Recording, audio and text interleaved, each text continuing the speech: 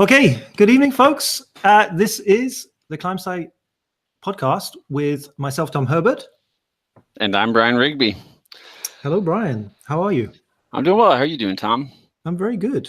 Weather all right over there in England? It is actually fairly tropical out here.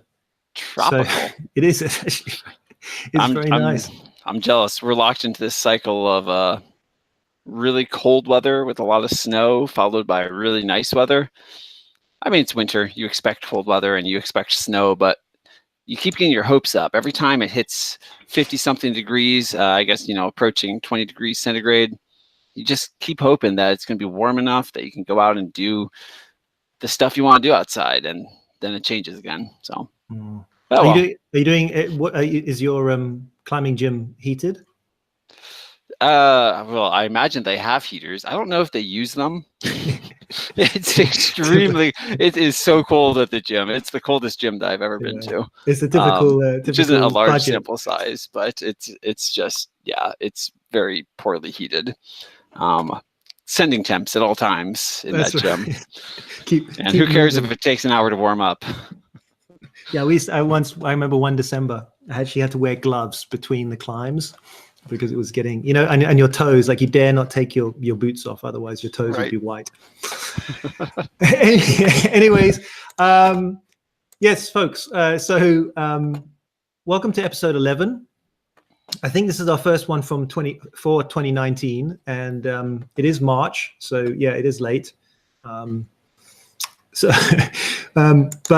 this one is a good one. This is weight loss, and we're going to speak about the practicalities of weight loss and how to go about it. But Brian and I were chatting before we went on. Oh, sorry. Did you hear that? Uh-uh. Oh, I had an alarm that just went off. We decided that we're going to separate this into tonight's podcast is going to be very much about practical. We want you to have really good information that you can take away and actually apply.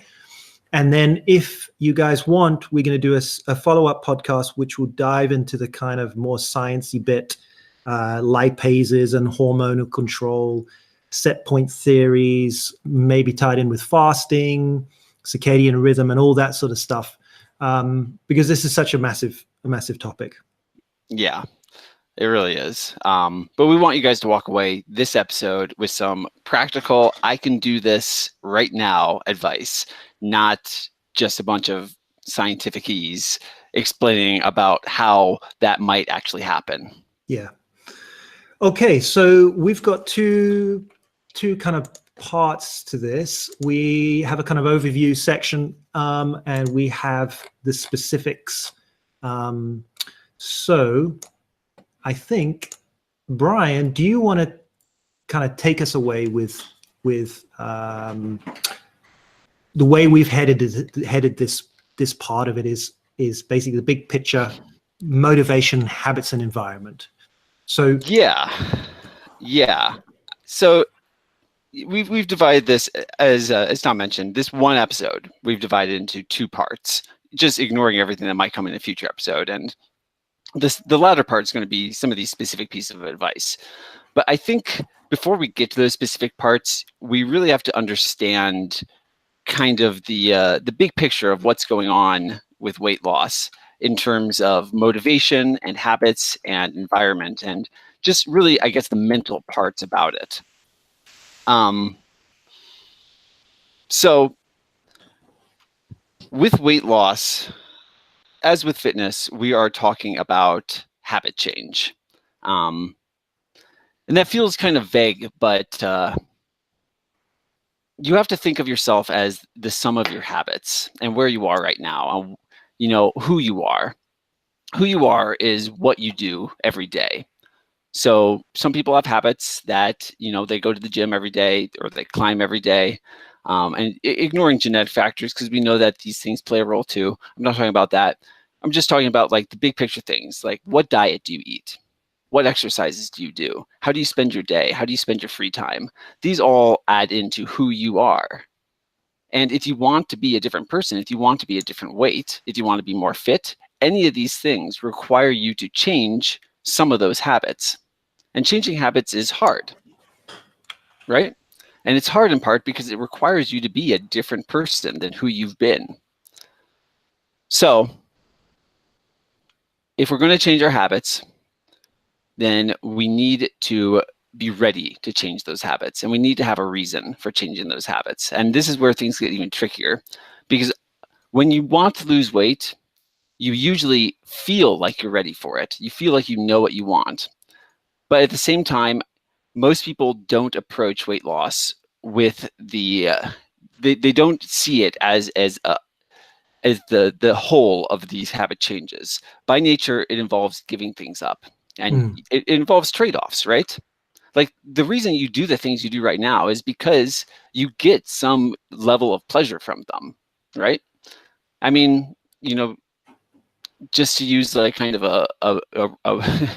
a gross example, as in like just like it's not fine-tuned at all. I'll use myself as an example. I really like cake. I love cake. And you know, it's possible that I could have a habit where I consume cake every single day. Now, again, this is just for illustrative purposes. I don't eat cake every day, but I could. And if I wanted to be a different person, then I have to realize that taking that cake away, not eating that cake, there's a trade-off associated with that. And I have to be ready to accept that trade-off. And it doesn't mean, I'm kind of lost my train of thought. Tom, take over for a moment. Yeah, so you might be wondering why we're starting on this angle rather than just suddenly talking about calories.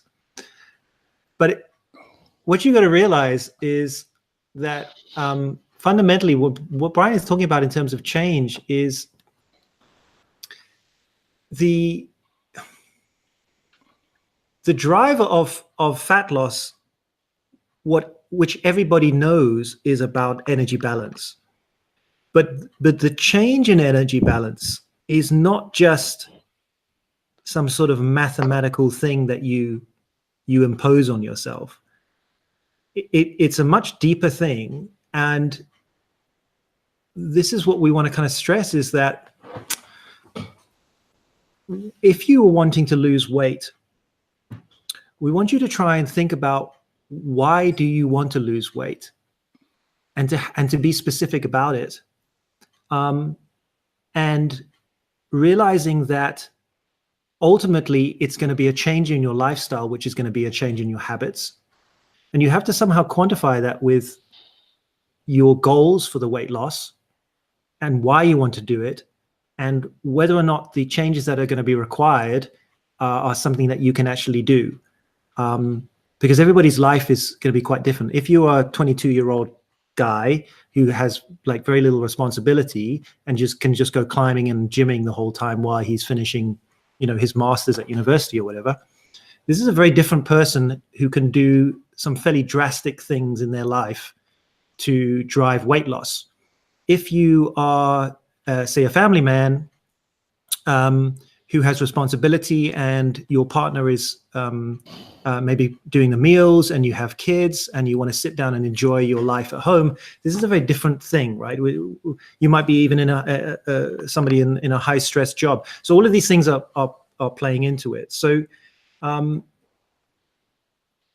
what we want to say as a kind of first point is getting the mind right. You know, what is your motivation for the weight loss, and basically how ready are you for that change?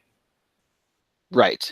So yeah, specifically what I meant was like internal versus external motivation. You know, all these changes are going to require internal motivation. In weight loss studies, we see external motivation. You know, it's not always like motivation in the strictest sense of what we would think of as what would motivate us, but it's motivation in the sense that they're very controlled settings. Participants, by participating in a study, are going to feel some measure of motivation to adhere to the diet. You know, they realize that they're a part of something. They're not being monitored randomly by, you know, an unknown government agency that they're unaware of. They realize they're in a study, and they're motivated to make these changes. And so we see, you know, external motivation work in these studies. But ultimately, when we're talking about lifelong change, we're talking about internal motivation, because there's no external motivator that is going to stick around forever. So you have to have the internal motivation. You have to know why it is that you're making those changes.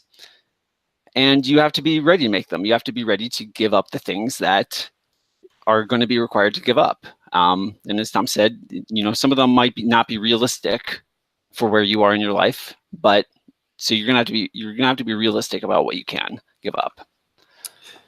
Yeah, and I think the other thing is, and this is one of the things I really stress when I'm working with people, is a lot of times the kind of targets that people are setting for themselves are just arbitrary. It can be that you weigh 80 kilos and now you want to be 75 kilos. But why 75 and not 76? It's just it's like a round number, right? So people are like, oh, I like round numbers, right? And what we know is that like the body doesn't work like that. It's not a mathematical, it doesn't have mathematical precision. What might happen is that you might get close to 76 kilos and it just becomes much harder to lose weight. Or you might jump and it might end up being very easy to 74 kilos or whatever. So in terms of motivation, the three points that I put down in terms of this under this heading of getting your mind right is I had said understanding the purpose. Why are you wanting to lose weight in the first place? And when we're talking about losing weight in this podcast, we're talking about fat weight. Right. We'll talk about maybe some other types of weight loss strategy for climbing specific things, maybe in the other podcast. So I said, understand your purpose, and then understand a time frame, knowing when to stop, and having realistic goals. Because a lot of time, or this is what I find, is that a successful diet, and we're going to get into how to set up a successful diet strategy, is that when you don't really have an actual endpoint, your motivation is going to be very low and you're just going to drift. It's a bit like it's like if you know that you're going to go on holiday at some point, then you're just not going to pack your bag until like the last minute. But if you know that you have to leave tomorrow morning for this flight that you've just won, you can pack your bags in like 20 minutes. So what I say with people is that you need to choose a weight loss target that you're going for that is realistic. You can't lose 5 kilos in a week. That's not going to happen. We're going to talk about what is a good rate of weight loss and what that actually looks like. But so you're going to choose an endpoint for your weight, and that can be your target. Or what you can also do is choose an end time point. So you could say, I want to lose 2 kilos, and that is your goal. And you go throughout whatever time you have, and you reach that goal, and then you stop and you go back to a maintenance diet, which we'll cover in another podcast. Or you choose a time frame. You say, I'm going to diet because it's winter, and I've got this period of time now to it's much easier for me to restrict because there's less parties and et cetera. So I'm going to diet for the whole of March and April, for instance. And I don't really know where I'm going to go for in terms of a number, but I'm just going to reduce and see where I get to. Those are two good goals, because at the end of April, you're going to stop dieting. The other one is, when you get to whatever kilos, you're going to stop dieting. And I think this is important. So have a purpose of why you're dieting, time frame, or a target. Yeah, exactly. I do the same thing with my clients. I usually choose time frame rather than weight target, because have you gone? Point and I'm back. Yes. Sorry. So say again. I was saying with my clients, I usually have them opt for a time target, because time targets are hard. Right. No matter who you are, your experience of 8 weeks is going to be the same. It doesn't rely on your metabolism or your change of habits or anything. It's always the same. And I'll always tell people, do it, like, aim for a time goal, have a weight goal in mind, like, but that's a big picture thing, like big picture, like maybe you weigh 80 kilograms right now and you have the arbitrary goal of 75 kilograms as, Tom used as an example. You can have that as a goal, but if you say, like, I want to lose these 5 kilograms in, and we could set up, Tom and I could tell you, like, okay, well, this is realistic. Is that, it's realistic as, so you do it for 2 months or 8 weeks or something, 3 months, whatever you decide, and then you reassess at that point.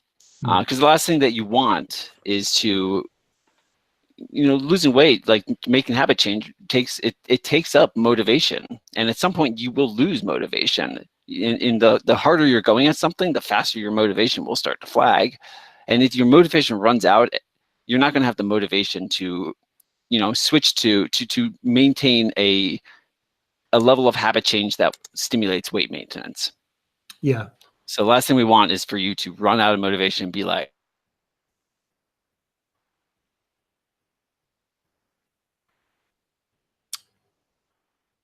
well, sorry, folks. I think the connection on Brian's side seems to be flaky tonight. Okay. So yeah, it's really just understanding what is kind of the realistic thing for you to keep going. I'm talking about keeping going. Is he going to come back?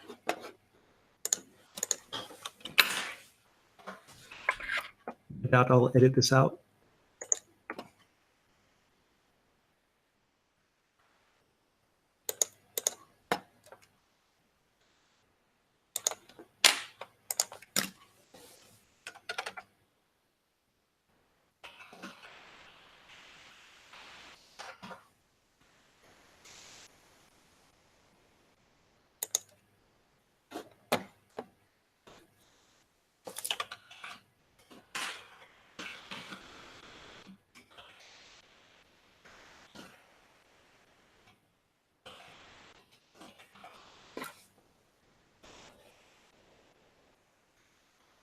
If you're watching the video, I'm probably going to not edit the video, but I will edit the audio.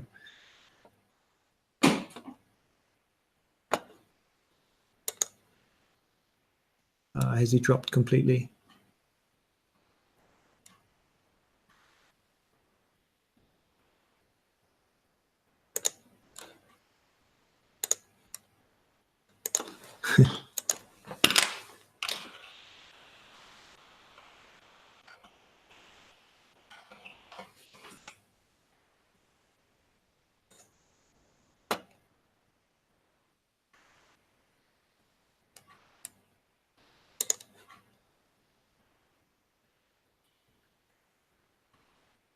Okay. Right. So I didn't carry on. I just gave I just left it blank. So I will do an audio edit. Okay. So, okay. So the last thing we said was, yeah, if you were just giving about your own client. So do you want to just finish that point? And then we'll go on to the basics of a good diet setup. Or have you gone again?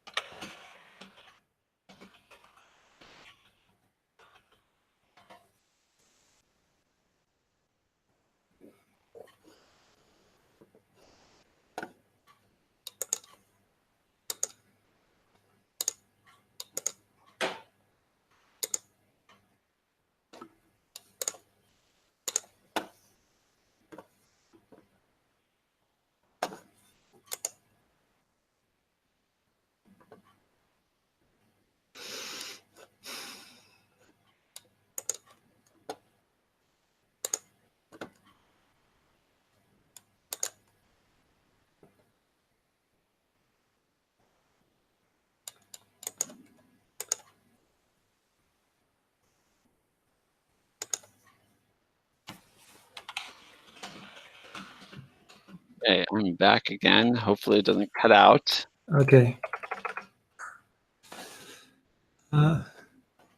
You there still? I'm still here. Okay. Okay. Okay. What I'll do is I'll just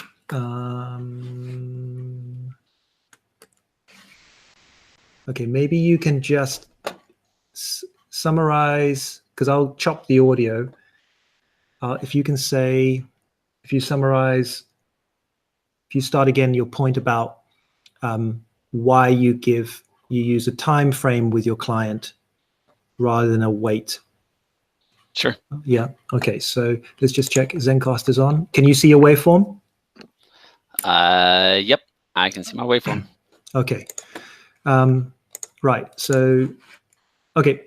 3, 2, 1, go. Yeah. For my clients, I usually give them a time frame rather than a specific weight loss goal. I'll tell them to have a weight loss goal in mind, like to use, maybe to use your arbitrary example, maybe they weigh 80 kilograms and they want to weigh 75. And I want them to have that in mind as kind of this big picture goal. But a time frame is a hard number. It doesn't change. And I want them to be able to maintain their motivation over a specific period of time, not necessarily, an unrealistic idea of maintaining their motivation until they reach this goal. Because while we can, you and I could determine a number that would be, we could determine like, okay, realistically, you can lose 5 kilograms in X amount of time. That's a realistic average for, a broad population, not necessarily for this individual client. And if I tell them that they have to maintain their motivation until they reach the specific weight goal, they might not reach that goal. And if they lose their motivation before they reach that goal, then chances are they're just going to revert back to their old habits. Their motivation will flag to the point that they say, I can't do this. I'm just going to, well, they probably won't actually say in their mind, I can't do this. But what will happen is their habits will say, I can't do this. And they'll find that instead of, having that lower calorie meal that's more veggie rich, they're like, it doesn't really matter if I have pancakes for breakfast today. It's Wednesday, going out to brunch, and because I'm going out to brunch, I'm going to have the pancakes because that's a good brunch food. We want people to maintain their motivation to the point, throughout this goal period, and then we want them to still have the motivation to maintain some level of habit change, a lesser amount, a weight maintenance habit goal, but we want them to maintain motivation, not to deplete it so far that there's no coming back. Yeah, and that's actually a very good point, because that I'm going to jump a little bit ahead, but to make a point about this, and this is what I find quite difficult to communicate with clients, is basically, say you are at this 80 kilos at weight at the moment, and you have a project weight which is, let's say it's 54 kilos. Sorry, not 54, 74 kilos. They want to lose. I don't know. No, okay. So you're 80 kilos currently. It's March, and your project weight is 74 kilos, which means that you want to try and get down to about 76 kilos in preparation for, in quotes, a hard cut just before you go on this climbing trip. And the reason I say that is because it might be quite possible to get down to 74 kilos for your trip, but it's very unlikely that you will be able to maintain 74 kilos, 74, 75 kilos after your trip. You will almost automatically drift up to a kind of higher weight, which will probably be something like 76, 77 kilos, by eating a normal, healthy, well-planned maintenance diet, because the 80 kilos that we're using is the kind of weight that you've put on since November, right? The kind of fuzziness that you put on just from just eating food, right? And this is important, because this kind of goes in with also the expectations that you see on social media. And most people that are in photographs on social media tend to be in really good condition. And if you are a climber and you also follow kind of Fitspiration type posts, then this is not a great thing, because it can lead to an expectation of your body that is not going to be achieved, or can be achieved but not held. And the reason I'm saying all this is that if someone came to me and said, I will give you £1,000 a month to get me to look like a fitness model, we could do it, right? I would have to pull out every trick I know in the book to get this person to be motivated, even if it means me cooking the meals for them and not allowing them to eat anything else, right? This could be done. The problem comes in as soon as that external control goes, that person will automatically go back up. And it's for a number of reasons. In my previous little podcast that I did, I talked about body fat percentages for men and women. So I urge you to listen to that. But it's just in terms of the body, we can get the body to look like a fitness model, shredded, right? But you cannot maintain that unless you are constantly dieting, right? Being in an energy deficit going forward. And this is what goes back to the point in terms of a time frame. You want to diet, meaning to be in an energy deficit for a period of time for a goal. And once that is done, you need to stop dieting. And the reason for that is that if you are in an energy deficit, you are in an energy deficit, which is likely going to be a nutritional deficit as well, not just calories. And you cannot maintain that. So you need to try and get an idea, a realistic idea of why you want to lose fat, so that you can get as close as you can to that ideal, and then stop and change direction to have an understanding of what good healthy eating looks like, and actually what that looks like in terms of your body. And the reason I'm stressing this is that this is really hard, because almost everybody has a kind of settling point of where their weight looks like. They have a settling point of where they don't really care what they're eating, and they will be, I'll give you an example of myself. So the arbitrary number of 80 kilos is my lazy settling point. This is when I'm just very busy and I'm doing all my stuff. My weight will drift to about 79, 80 kilos and will just sit there. And this will include me having some biscuits at work and the occasional meal out and stuff like that. If I'm trying to get into really good shape, I can get myself down to 77, 70, 76 kilos, right? And I look fantastic, and my performance on the wall is fantastic, and it's really good. That takes a lot of work. And for me to maintain that 77, 76 kilos, it requires me to do the odd bit of kind of intermittent fasting every week. It requires me to restrict every now and then. It requires me to really tie in everything to be healthy.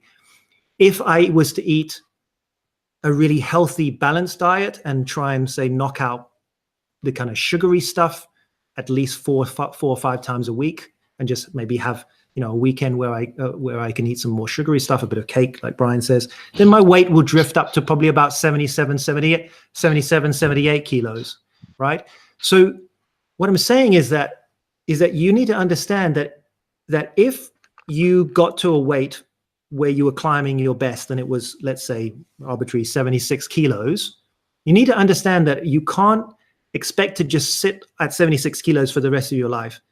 And if the other thing is to be careful that you don't compare yourself to people. If you're a guy and you look at Adam Ondra and you say, I need to look like that, so I'm going to cut calories and train my ass off to look like him, you may look like that, hair. Right? Yeah. But he's Adam Ondra, that's his body, right? And for you to get to look like that is not a great goal. You should train to perform like Adam Ondra, and maybe the body will follow. The same can be said for, let's say, Andrea Davey, an Australian climber who is really in very good shape. She's very thin, that's a type of her body type, in stark contrast to other female climbers who are kind of heavier built. So what I'm trying to say is this: the mindset and the purpose of weight loss is a very complicated thing, and it's very emotionally charged, and you need to be careful with it.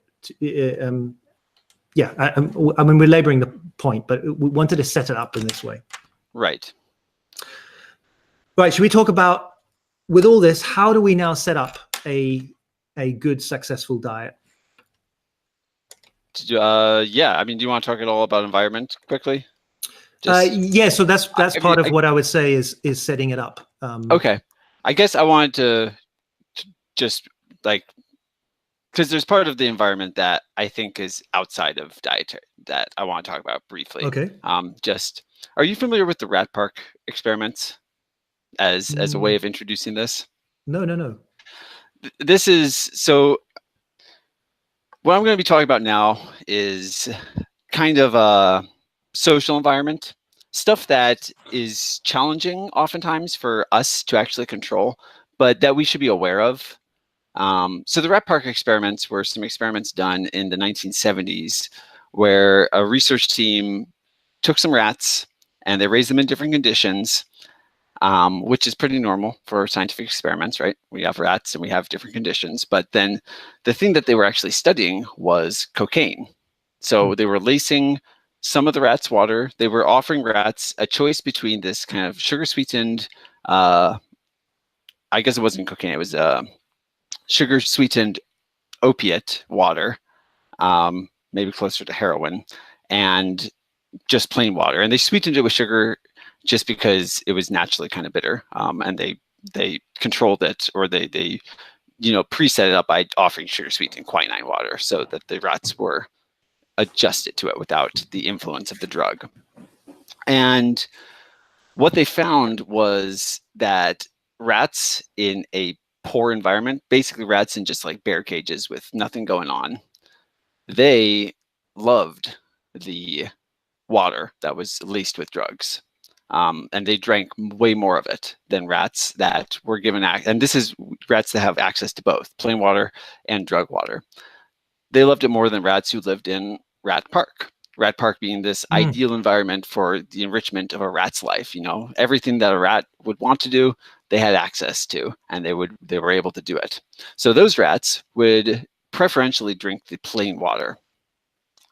Now you might be saying, well, what does this have to do with our diet or food? Well, there's a whole bigger thing surrounding our diet, of course, right? Like if we just look at like global trends in obesity, people tend to be obese in areas that are impoverished, places where they have lack of food options, places where they don't have good educations necessarily, or access to good education, places which are not enriching. So my broader point is your social environment plays a large role in your diet and specifically in your weight through influence over your diet. If you live in a food desert, if you live in a place where you have very little access to fresh food, and this is, an extreme example, hopefully this doesn't apply to most people, you're just not going to be able, it's going to be very hard to actually put together and consume a healthy diet. If you live, if we narrowed in some, we could say that your group of friends, if you have a group of friends and they're not climbers, because I say that specifically because I think most climbers tend to be a little bit healthier of types. So if your group of friends is mostly climbers, this might not apply. But if your main group of friends is maybe it's your work friends, and your work friends, their favorite thing to do is just like go out drinking on Friday nights and then, like binge watch Netflix while eating takeout over the weekend. Your habits are also going to be influenced by that. Your social group is going to affect your habits. So part of the social environment is creating as much as you can, finding people who are going to help support you within your goals and who are going to share those goals with you, whether implicitly or explicitly, right? So, I mean, as just like a specific example, or I guess it's a vague example, research has shown that if you're trying to lose weight and you're overweight, hanging out with overweight friends is adverse to that goal. It's not that, these are bad people, but their habits are not in support of your habits. And people tend to reinforce their habits when they're together. If your friend that's also overweight is like, oh, let's eat together, their diet is going to look very different than your diet, and you're going to have a social pressure to try to conform somewhat to their diet. And that's not going to help you with your own thing. On the other hand, if you have, your climbing friend who's, maybe a little bit health weird, conscious, and they're like, I'm going to have this quinoa salad for lunch, and that's all I need. You're more likely to eat something like that yourself. I'm not saying that is like the ideal choice. That's why I preference it with like health weird. But we all have friends like that.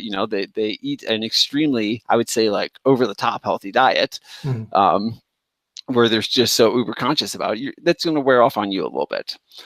So there's parts that you can influence, like your friends. There's parts that are harder to influence, like your family. And there are parts that may be impossible for you to influence, like the general area that you live. Most of us can't afford to move away from where we live just to pursue a weight loss goal. But regardless of how much you can change them, you should be aware that these factors exist and that they are influencing your behavior and your likelihood of success. I think just by acknowledging that, at least, you can help, alter that. To move back to rat bark, rats that are given an enriched environment, rats that are given access, that are doing the things that they love, they are less interested in feeding addictive behavior. And drugs are different than food, but they affect very similar neural pathways. If you can enrich your life with things that you enjoy, then you are less likely to have the same drives to, obtain pleasure in other ways. Yeah. So find the ways that, like big picture, like find diets that make you happy. If you're not happy on a diet, at least moderately, like no one's happy in a caloric deficit, of course. But if your diet is like not just unhappy because of a caloric deficit, but because you hate the way you're eating, if you're just like, I can't, like, this is stupid, I can't intermittent fast every single day, like I hate this, you're not going to succeed with it. Choose a diet that you enjoy, at least as an idea, that has foods in it that you enjoy, that doesn't rely on you eating foods that you hate or in a time pattern that you hate. Choose activities that you enjoy. You probably enjoy climbing. If you're listening to this podcast, climb more. It's a great exercise. It encourages weight loss in the sense that you're going to be burning more calories. Do things, but whatever it is, just do the things you enjoy and enjoy your life. And the more that you enjoy about changing your habits, the more success you're going to find with them. Yeah, excellent. And that's really the biggest driver we see in weight loss research, is that the number one thing is adherence.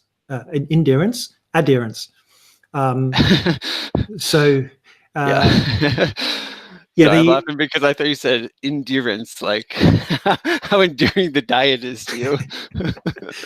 Maybe that too. So adherence, yes, adherence is fundamentally is that we're going to have to create an energy deficit. So you need to choose a way that is going to be something that you can keep going with, and there's hundreds of ways that you can do this, but it's the one that sticks and doesn't feel as difficult. And that might change over time and at different weeks and things like that.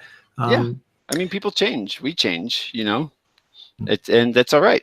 It's part of it, but just be aware. Keep a mental check of what you're enjoying and what you're not. Yeah, so we have that larger food environment. We now have something called food cues, or kind of localized environment. And we've seen research on this, and it's quite simple. People that have been given an open, clear container of marshmallows, and it's been left on a desk, and the researchers count how many of these marshmallows the subjects eat over the day. They do the same thing with an opaque container, and people eat less. They do a container that has a lid, and people eat less because there's more effort. They put that container out of their sight, so maybe on a cupboard, out of their direct view, and hey presto, they eat less. So if you are dieting, you need to set up your local environment as well. So for instance,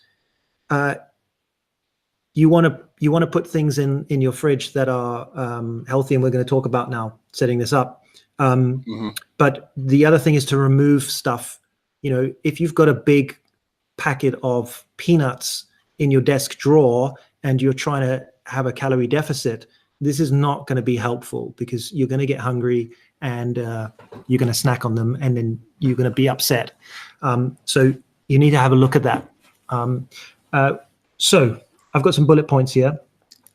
So I've got here the basics of a good diet for weight loss. So we've got here setting things up to avoid failure and better adherence. That's what we've been talking about. Flexibility, that's another thing. We're going to talk about, well, just a very brief thing. We don't even have to labor it. The reason that different diets like paleo, vegan, low carb, ketogenic, all of these diets, they work because it allows people to have better adherence to them. It can be an identity thing. It can be a group dynamic thing. Most of them, if not all of them, their greatest driver of weight loss is the fact that they are kicking out high energy dense, low nutritional food. So basically your snack foods, which goes to my next point. The biggest thing you can do for a weight loss diet is to choose nutrition first, which is going to be whole foods. So foods that are going to be whole fruits and vegetables, which you prepare yourself, cuts of meat or legumes, which you prepare yourself. Even the act of preparing is going to help you because you have control over the amounts. You're not going to be grabbing things that you can't have a level of measurement with. Your fiber content is going to be higher, so that is actually going to stretch your stomach, make you feel fuller. And you're going to get a higher nutritional density in there, along with the cofactors for nutrition, which are things like vitamins and minerals and things like that. The food environment we've spoken about. The other thing I say here, don't mix morality and dieting. This is a tricky one, but two things on this. One is that you need to understand that you're choosing to diet for a purpose, and the clearer you have that purpose, the easier that is to communicate to other people. So if you're with a group of friends or whatever, and they're seeing that you're not having the normal drink in the evening, etc., you don't have to shy away from speaking about your goals. Say, look, I've got a project coming up in Greece in a month's time, and I really want to get in the best shape of my life. So sorry, guys, I'm just going to have soda water tonight. Yes, I am dieting. That means that I am cutting calories. And if someone says to you, oh, but you're already so slim, you say, well, my goal is XYZ. And you don't need to be ashamed of that. And I think the better you can tell people about it, the better that they're going to be able to support you. And you're going to have to fend off people saying, oh, but you're whatever. You have a specific goal, realize that there's nothing wrong with what you're doing, etc., etc. The morality side of it is that you need to understand that this is not, if for whatever reason you start your diet and 2 weeks in something happens in your life that makes your life more complex or difficult, and suddenly you have a bad day and you order yourself a pizza or something, you have not failed. There's not a failure. No one's keeping marks here. You are doing something for yourself to achieve a goal that you want. By having the pizza and the ice cream in that acute window of time, say you're weak, yes, it's reduced the calorie deficit that you created that week. You've maybe slowed down the weight loss period a little, but this is not a big issue, right? You have not failed. You don't now need to just throw away your diet because you can't keep a diet for 2 weeks. You see this a lot with very restrictive diets like paleo or vegan or whatever you have, right? Is that as soon as you err from the rule set of the diet, you feel like a failure because lo and behold, you couldn't do keto for 3 weeks and I've had a pizza now and I've ruined my keto adaptation. It's bull. You haven't. You need to understand that this is something that you're doing for to optimize your life, to make you to do the things that you want to do in life, etc., etc. So remove the morality out of it. If you are finding that you are doing things which are less productive for a diet, let's say every Friday you feeling like you're needing a lot of ice cream or something, have a look at what's going on in your life that is maybe causing you to emotionally want that. Then you don't deal with it from the diet side of things. You need to look at it from your lifestyle side of things. And it might be just that at this point in your life, you're changing jobs, you're whatever, and this is maybe too stressful for you to try and combine calorie restriction and changing jobs. So this is, again, it goes into this whole thing of this food environment, social environment, why you're doing this weight loss in the first place. So I'm just trying to give you some encouragement to not be so hard on yourself. Choose what you want to do, get motivated, get excited about it, do the best you can during the times you can do the best. If for something changes, don't beat yourself up, just start again. One of the best things you can do is say you have one meal because your boss and everyone said, let's go to the pub, and you suddenly have a few pints and you have a drink and stuff like that, and you realize you've gone off your target. The next meal you have, get back on the target, and so forth. Yeah. Have you ever read, sorry, just to briefly interrupt, have you ever read The Gluten Lie by Alan Levinovitz? No, I haven't. It's the title's a little bit deceiving about what it's really about, but he's a religious studies professor, and he's talking about food because he realized that the way we talk about food in diets is very similar to the way religions talk about like right and wrong. Sure. Religions obviously have clear moral codes, and if you follow moral codes, then you are a good person, and if you break those moral codes, then you are a bad person. Which makes sense for religion. Without getting into religion, this isn't Climb Religion. That's a sister podcast. But basically, he makes the argument that food doesn't carry any moral implications on it. You're not a good person if you eat gluten or if you don't eat gluten, or if you if you're overweight, if you're not. These things aren't moral decisions in any stretch of the imagination. So don't describe food in terms of morality. Don't say I've been good because I didn't eat that pint of ice cream this week.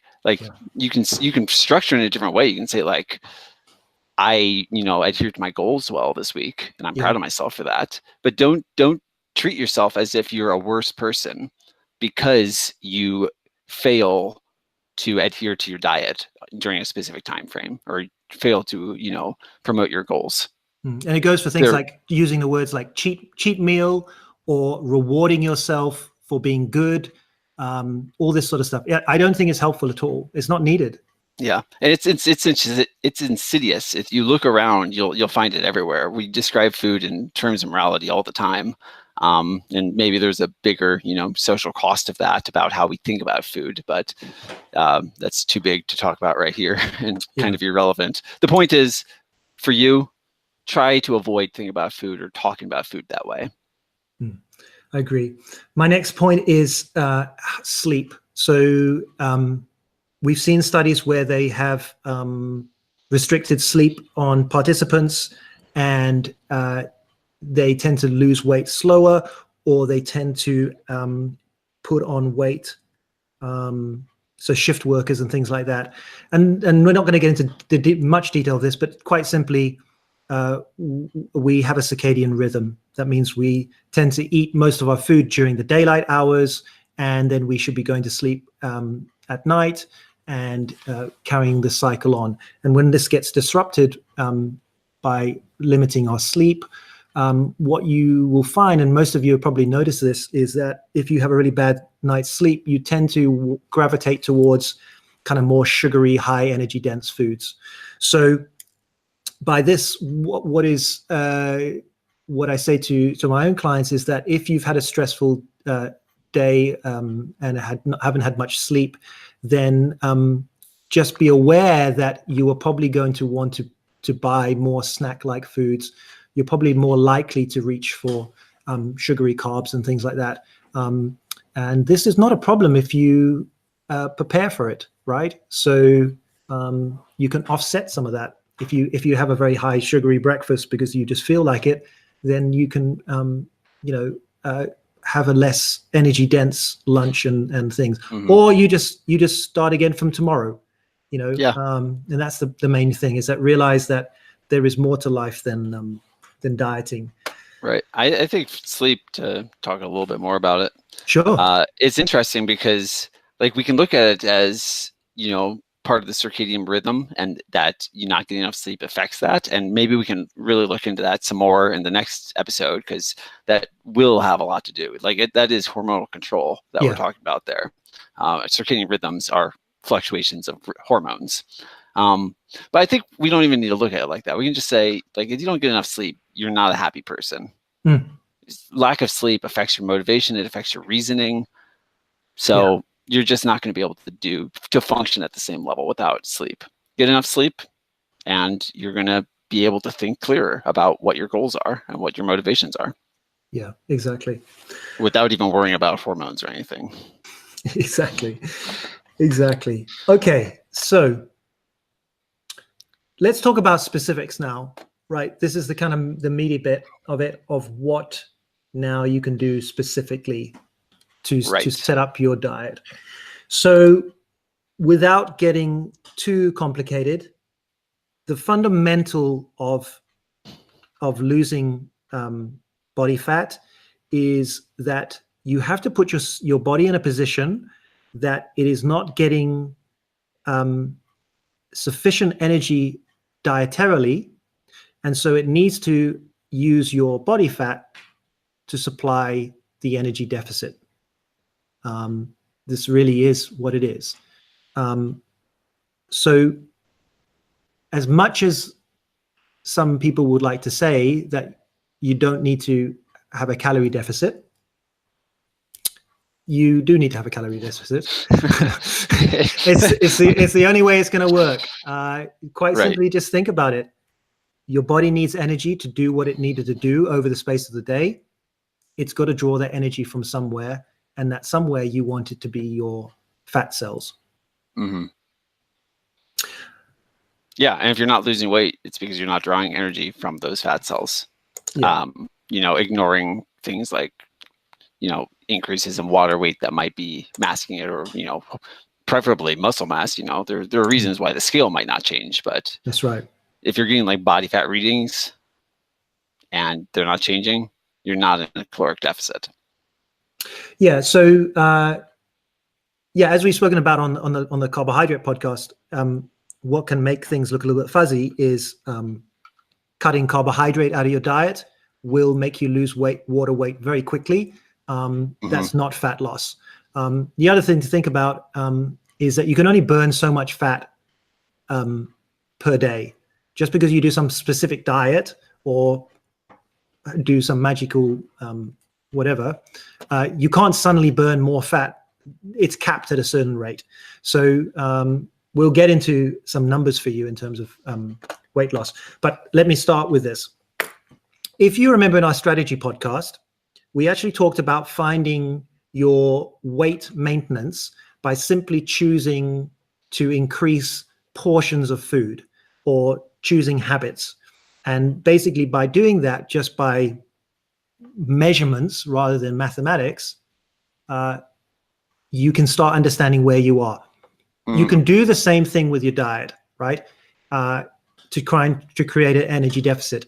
The only difference is that it's a little bit trickier, because if you suddenly make a big change, you don't know whether or not that change is enough to keep going or too much. Say for instance, I decide to start a diet tomorrow, and what that means is that on every second day, I'm only going to eat one meal.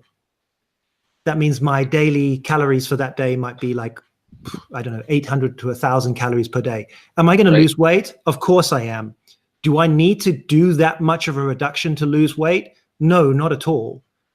Because it's just you want to try and find the minimum effective dose, and the reason you want to do this is that ultimately you want to keep your health up and you want to keep your energy up so that you can carry on doing the things that you want to do.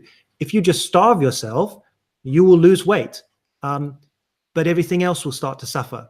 So what you want to try and do is that you want to try and find an amount of calorie or energy reduction that is going to drive weight loss to a point where it might slow down, and then you will change it again, and then it will carry on and change it again and carry on. So the basis for this is to try and understand what your calorie needs are per day, and then scale that up for the week. So there's a couple of ways to do this. The easy place to start would be to multiply your body weight in pounds by 11. That will give you basically an estimate of your metabolic rate. That's the amount of energy that you need to sustain yourself if you are not doing specific exercise, right? It's just your body being your body. Yeah. So, for instance, if you're 80 kilograms in pounds, that's going to work out to be about like 1,800 calories per day. That would be your kind of basal metabolic rate. If I start training, let's say 2 or 3 hours a day, my amount of energy that I'll need to be at maintenance might be another 300 to 500 calories, right? So I'm going to talk about how much you could reduce that. But let's say a good number to reduce your calories by is about 15%. Then you would take off like 300 or 400 calories off that. If you're going to measure it in kilos, measure times your kilos, your body weight in kilos by 22, and then you're going to get this number. If we're addressing the other, 6.7 billion people in the world who don't use the imperial system. Well, I was being gracious to the American. You are. We appreciate that. But we should just move to metric. Wow. One day. I said that's if when the UK Brexits, that we don't go back to oh man, imperial. Okay. Right. So okay. This number, the 11 times your poundage, or was it 22? Okay.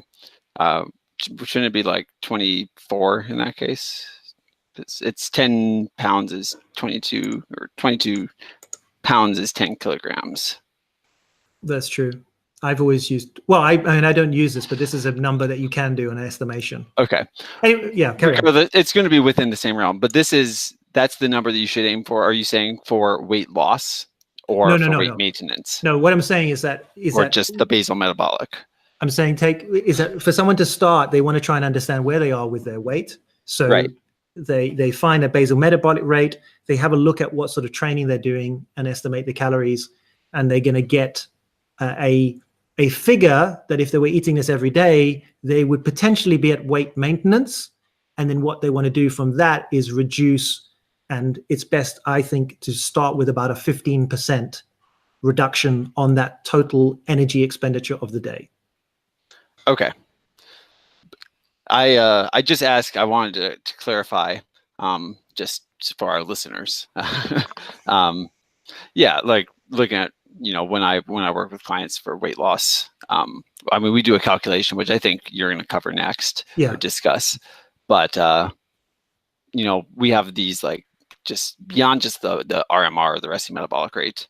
We also have these, like there's a modifier that's 1.2, I believe, for just like you're walking around. We all walk around like our day isn't spent lying in bed with, nutrients going directly into our veins, in which case it would be just that pure number. We walk around and we digest food, and, we sit down, which takes more calories than lying down. We do a variety of things. So 1.2. So that number, I find, like minus exercise calories, if you just take that 10 times, your weight in pounds or 22 times your weight in kilograms. And if you just take that number, that's roughly equal to your RMR plus that modifier of, hey, I'm a living human who's walking around and doing things as well, minus that 15%. It's still roughly the same if you ignore that you're exercising.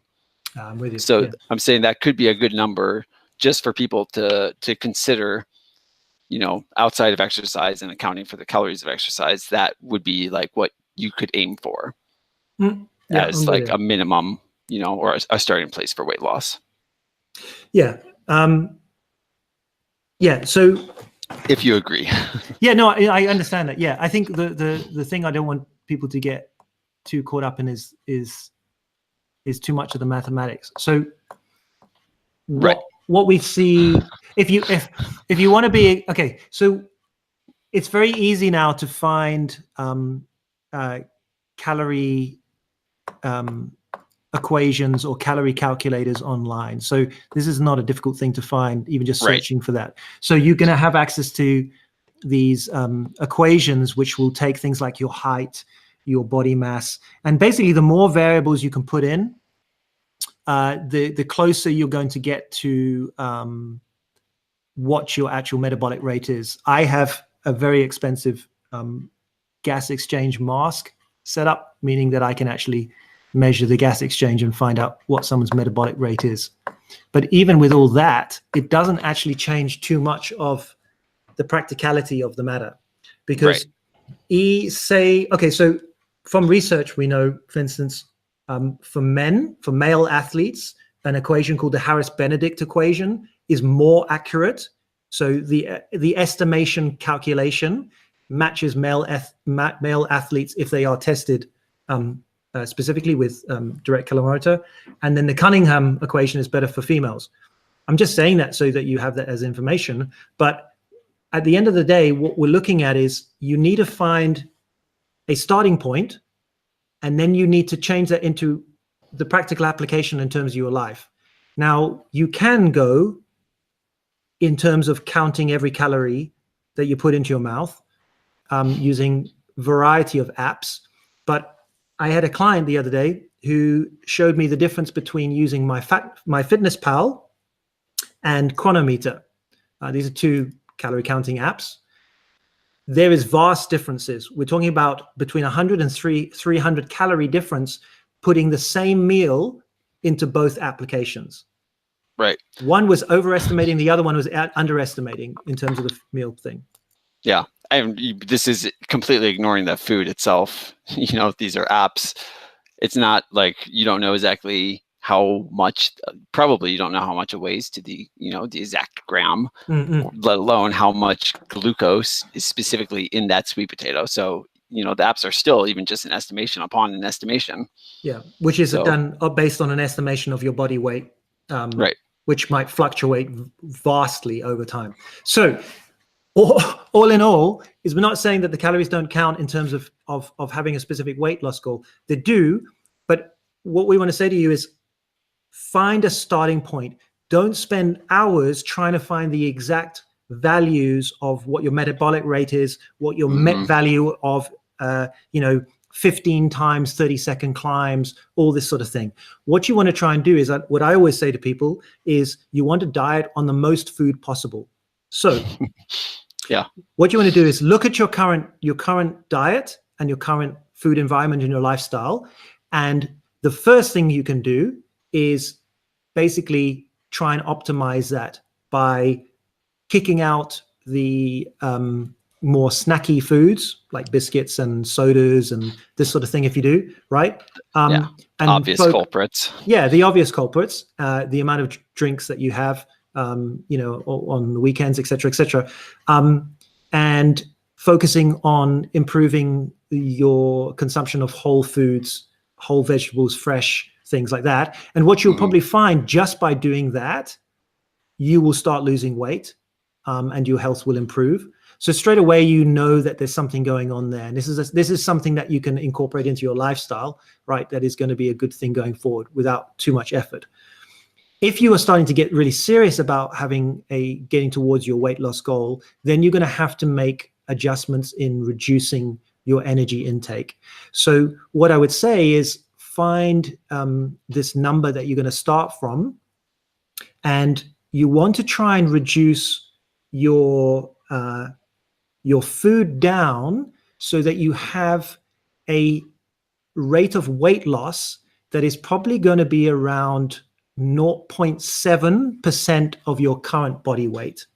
So we know from research that there is kind of margins, and I'm going to explain why there is an importance in having a rate, is that if you are an athlete who is doing resistance training, so that's lifting weights, then if you're wanting to continue to improve your performance and to continue to put on muscle while you are dieting, which is possible, your rate of weight loss is going to be about 0.7% per week. So for like an 80-kilo person doing resistance training, this might be about like 0.5 kilos per week.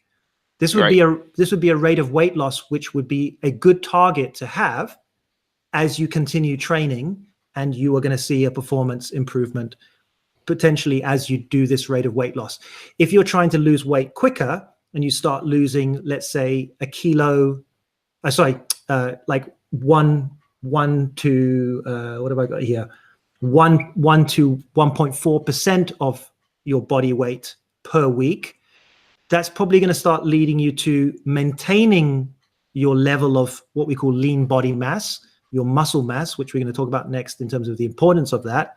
But it's unlikely that you're going to make progress in your performance. And this is really how it goes. And this is what I'm saying, is that you have to have some sort of level of measuring your rate of weight loss. Because if you cut weight too quickly, you're going to lose things like your performance. You're going to potentially lose some of your muscle mass, etc. Mm-hmm. So I think what is a good goal, and almost most, I think kind of a lot of dietitians and stuff, we talk about this kind of weight loss of about 0.5 kilograms per week, or whatever, 1.1 pound or something like that a week. Right. And obviously it depends on your weight. That's the purpose of the percentage. Like if you're overweight or obese, the amount of weight you can lose each week and maintain performance is going to be much higher than, sure, if you currently weigh 80 kilograms and you're, Tom or my height, you just can't, you couldn't lose 2 pounds or 1 kilogram per week and maintain your performance. It would require too much of a caloric deficit. Yeah. And also you'll find that, and we won't go into details of this, we'll go in the next podcast, is that the leaner you get, the harder it is to lose weight. If you are already at low body fat percentages for your gender, then you are going to, it's going to change the rate of weight loss for you, because you're just much lighter, you have less fat on you. There's a hormonal control there. So that's what I'm saying. You want to start as high as possible. And when you get to a plateau and you're no longer losing that say 0.5 kilos per week, then you need to make an adjustment so that the following week you lose that 0.5. And the other thing is that you're going to see a fluctuation. I get everybody as clients to weigh themselves if they're doing a specific weight loss thing. I get them to weigh themselves every day, but they only give me their weight on my spreadsheet every week, so that they can see a trend. Because, for instance, weight will go up depending on salt and carbohydrate intake. It will go up depending on how hard your training session was. That's from inflammation. You do a really hard training session, your weight will spike the next morning. Tends to see because of just inflammation and pulling water into you. If you're using supplements like creatine, as we've spoken before, your weight is going to go up. If you suddenly stop creatine and carbohydrates, you could probably lose 3 kilos in a week. So, women during different phases of the menstrual cycle are going to gain and lose weight. So anyway, the point is that measure yourself on a scale, and also use tape circumference measurements as a way for you to see changes. And also look in the mirror more, pinch yourself. and try and get that progressive stuff going. And just as I always cover this with my clients, and maybe you already know it, not you specifically, Tom, but you, the listener, weigh yourself at the same time under the same conditions every day. Yeah. Like, you can't weigh yourself after breakfast one day and before breakfast the next day and expect the weight to be similar. They're going to be dramatically different. Fine. It doesn't matter, what time it is or what the conditions are. Just make sure that they're always the same or pretty close to the same. Yeah. And the easiest, what I say to people is choose Saturday or Sunday, go to the toilet, get on the scale naked, but do it before you shower, because even just showering is going to change your weight like 200 or 300 grams.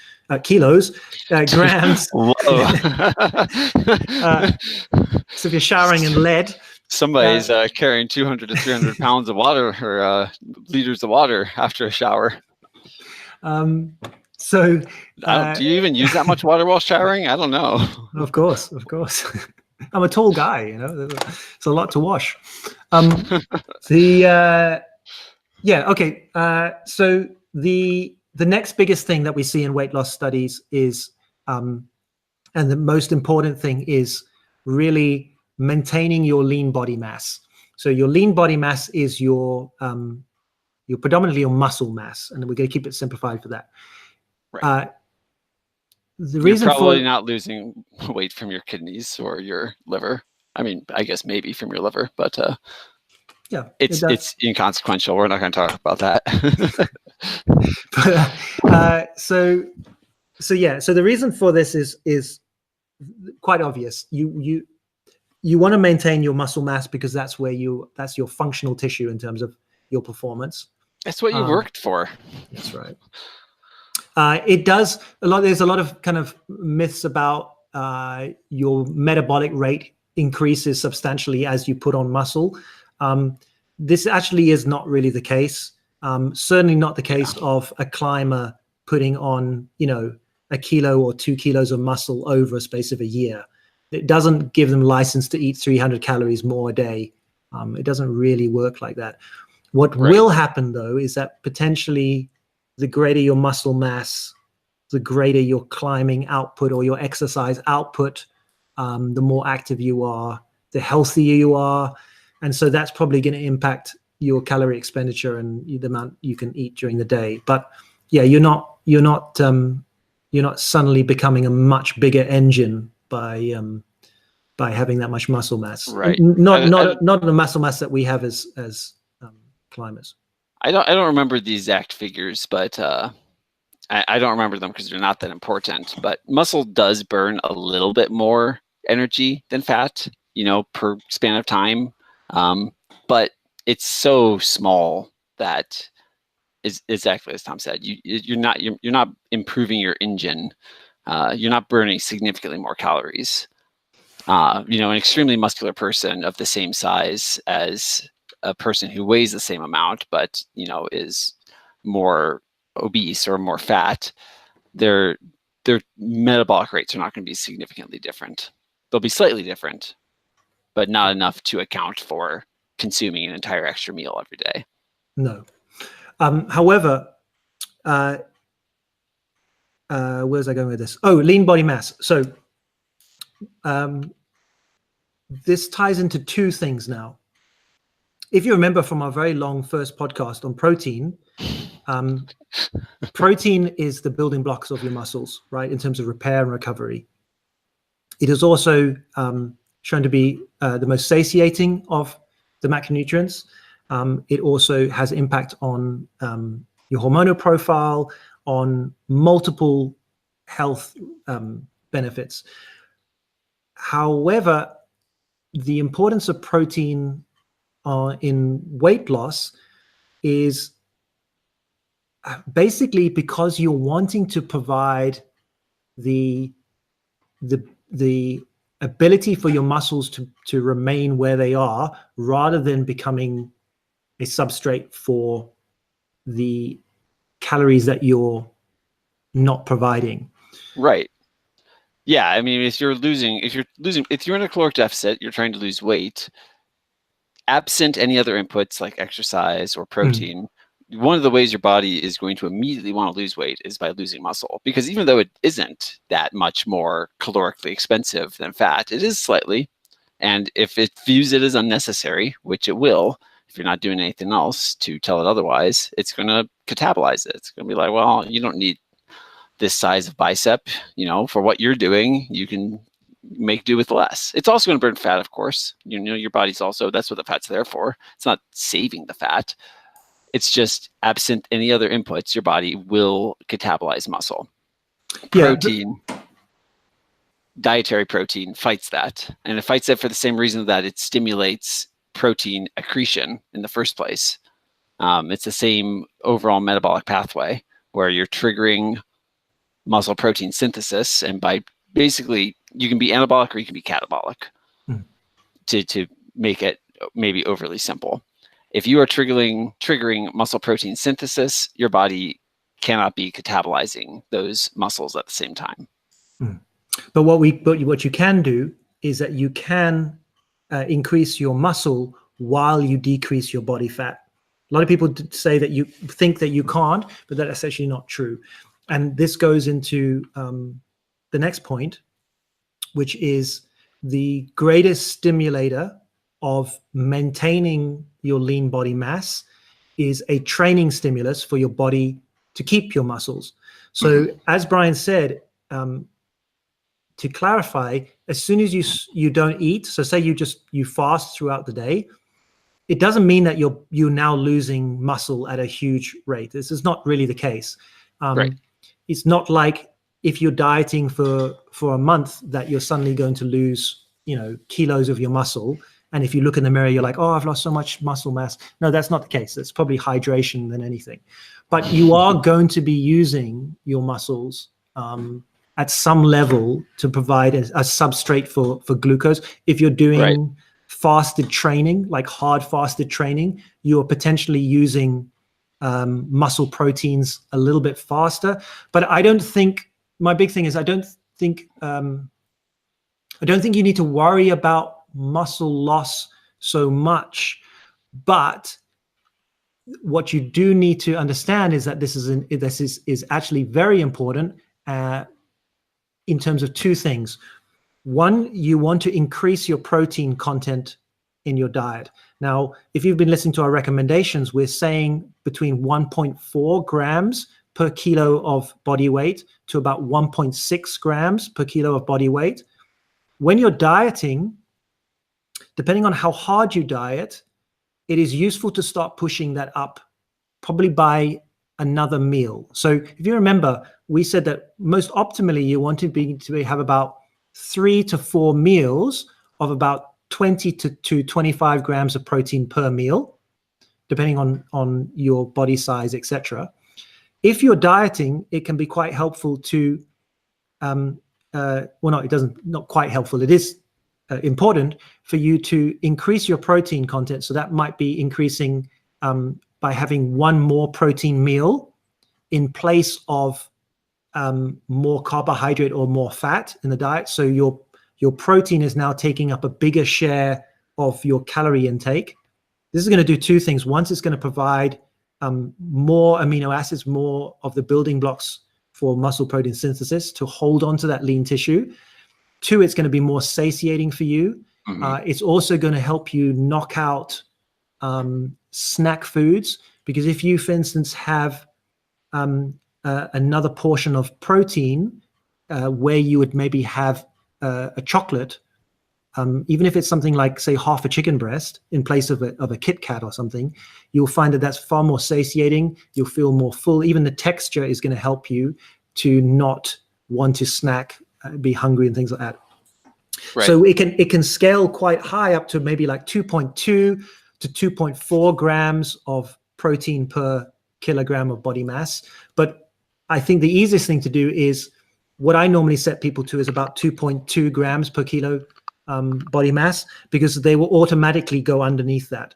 So I try and say, if you are dieting for weight loss, just focus on building your meals around good protein sources and just keep eating protein, and you'll find that it's much easier. there is a thermogenic effect of eating protein as well, which can help weight loss. So yeah, just basically you need to increase your protein than what you were currently doing. And funny enough, you'll find that people who struggle with weight to maintain weight, and they find that their weight is drifting up, it's normally to do with the fact that they're eating protein less optimally. Because if you actually increase your protein in your diet, you'll find that you don't eat as much of the other foods. Yeah. Then the second thing is resistance training. So as a climber, if you are just climbing, you are going to be stimulating your muscles to do the job of carrying your body weight up a wall, right? As you get more efficient at your climbing ability, you are going to require less and less. It's going to be less and less of a training stimulus for your muscles to grow. Think of it like somebody that you know who's been riding their bike to work for the last 10 years. They don't have massive quads, even though their volume of riding every day is very high, right? It's because they get to a point where the body doesn't need to adapt anymore. So if you are doing weight loss, you actually need to try and increase the stimulus for your muscles to stay where they are, in a sense. So this is not something crazy, but what you got to think about is that you need to the most effective way is to basically load your body. So it would be resistance training. Now, I don't know many climbers who don't do any resistance training, but what you're looking at is quite simply, it could be things like doing implementing some more weighted pull-ups. It could be doing some sort of weighted squat movement. Basically anything that's loading your body. Because the other thing what you got to think about is that if at the moment you're so-called 80 kilos and you drop down to 76 kilos, you are lighter. So your training stimulus is actually less. So right. In a sense, you want to try and scale that up. But the main thing is resistance training and a high protein diet are the primary ways that you will hold onto your muscle mass and maintain your performance while you are in an energy deficit. And to coincide with this, which is what I try and convince everybody I work with, is that because you're eating less food and you're eating more protein and you're training to keep your lean body mass, you want to fuel that training. And that's probably going to come from carbohydrate. So we then want to try and put in enough carbohydrate around your training so that you have the energy to do the training that you want to do to keep yourself healthy and to maintain that rate of weight loss without loss of muscle mass, if that makes sense. It does. What do you think about endurance exercise for weight loss? So I think in terms of the volume of running or rowing or whatever endurance that you're doing, if that continues to cause a stimulus for the muscles to stay where they are, then that's beneficial. What I don't think is helpful is kind of chronic low cardio, like low intensity cardio. I think from the research we see that high intensity intervals and resistance training have the greatest impact on maintaining or even increasing lean body mass during a deficit, but kind of long, steady endurance may not be so beneficial. I don't know if you agree. I do. I think how I would frame it is, like, one thing with resistance exercise is even if you don't have goals, there's always this implicit goal of you're lifting weights and you want to lift heavier weights, right? I mean, it's kind of like built in. And cardio can have that too. But I think for a lot of people who are doing cardio just explicitly to lose weight, it's not built in. It's not a part of their equation. You know, they get onto a treadmill, maybe, and they run at, you know, they put their little heart rate wrist thing on, or, you know, they hold those electrodes and they get the heart rate and they try to stay in that quote unquote fat burning zone. And it's not challenging enough to promote, like, unless they're complete exercise novices, it's not challenging enough to promote the sort of adaptation to promote improvement and change. But I think that, if you're a runner, if you love running and you're running and you want to be better at running, then you're not just running. You're not just getting on a treadmill and running at like a steady state the entire time.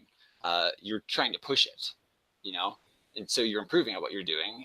And I think that plays a larger role, kind of this implicit goal of improving.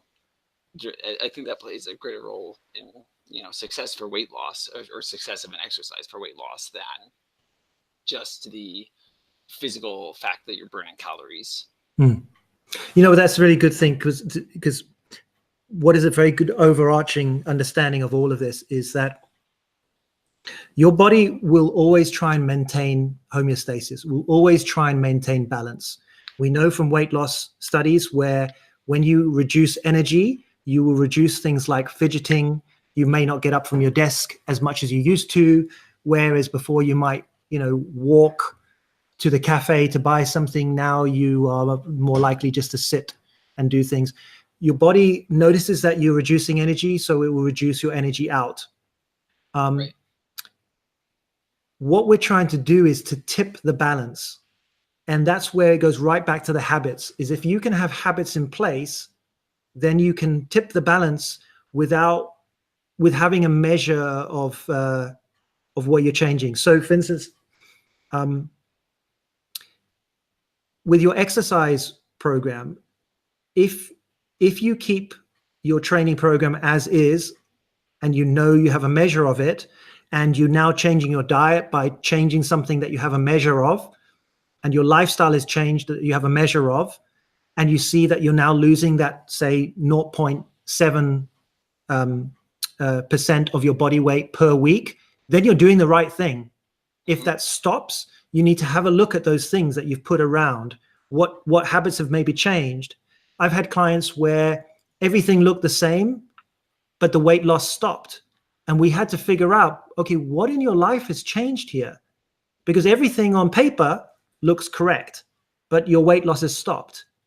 And it can't just be that you're doing everything the same, because if it was, then it wouldn't be this, this sort of stuff. So try and have things in your life that you can see. And this goes with what Brian said about with the training. The training is there to stimulate a change in your body.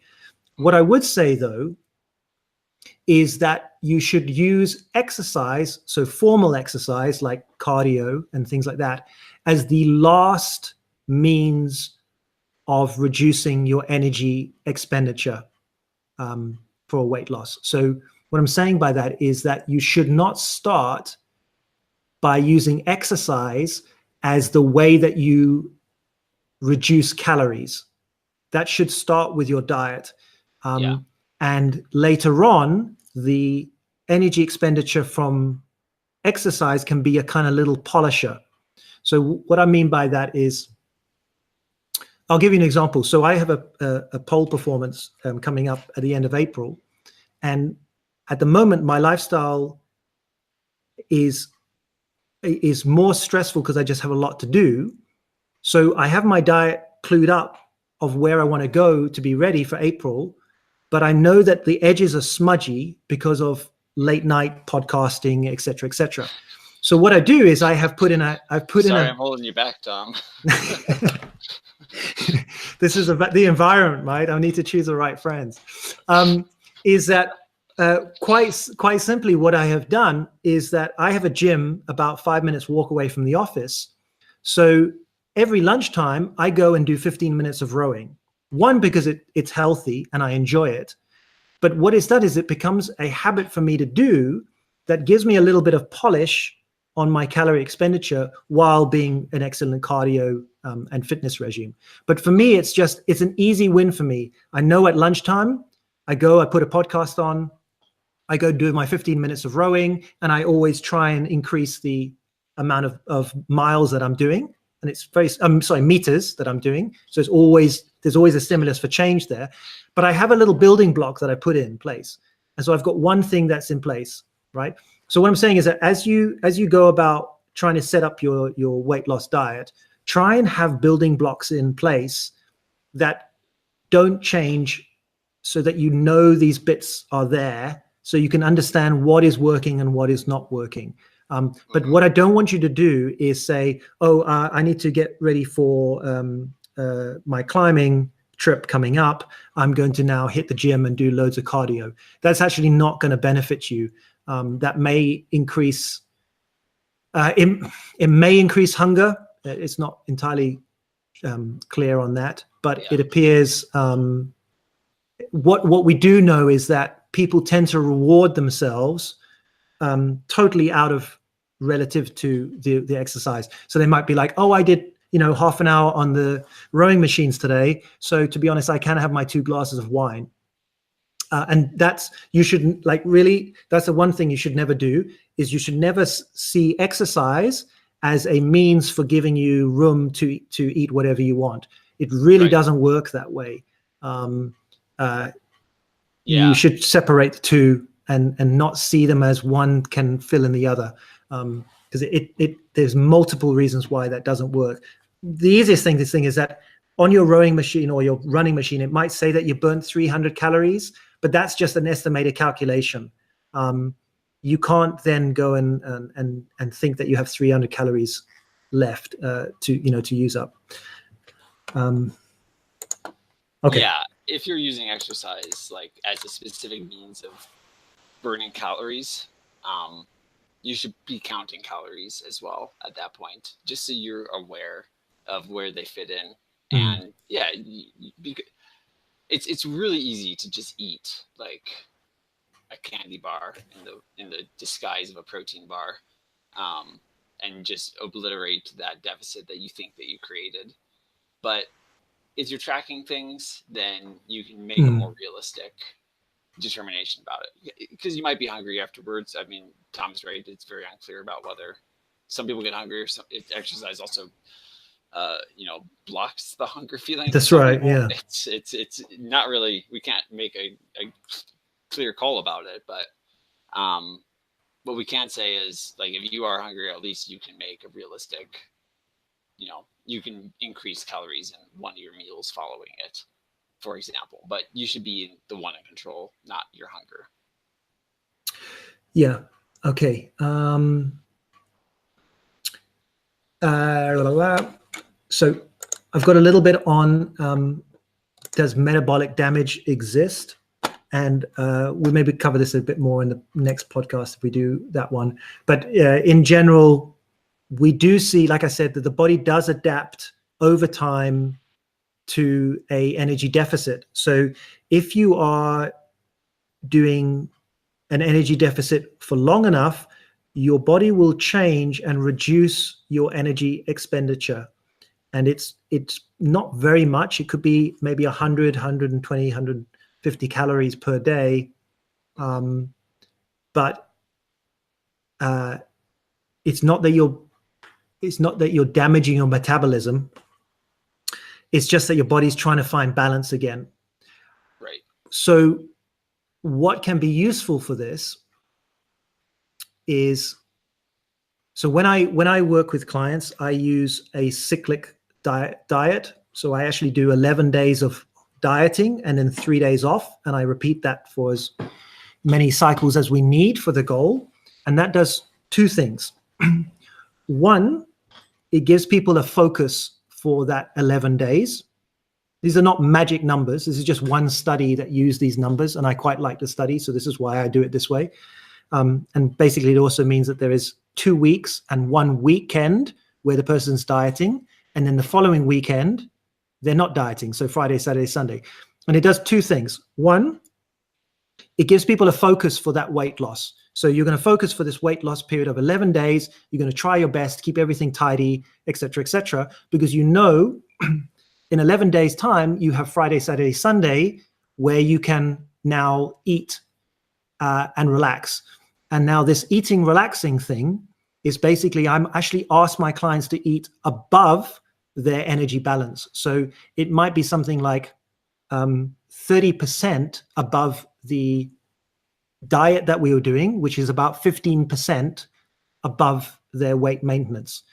In general, I just say to them, if they are specifically, if we're looking at specific calorie counting, then I will do an actual calculation for them and say, you need to eat this much. And most people say, oh my God, that seems a lot of food, but this is awesome. And they go and do it. For other people, I just say, just eat, like go out, have pizza, have whatever, right? And the reason behind this is twofold. One, this may stimulate the metabolism to return to before you were dieting. It might just upregulate some hormones, thyroid and things like that. It's not entirely clear if 3 days actually is enough to do that.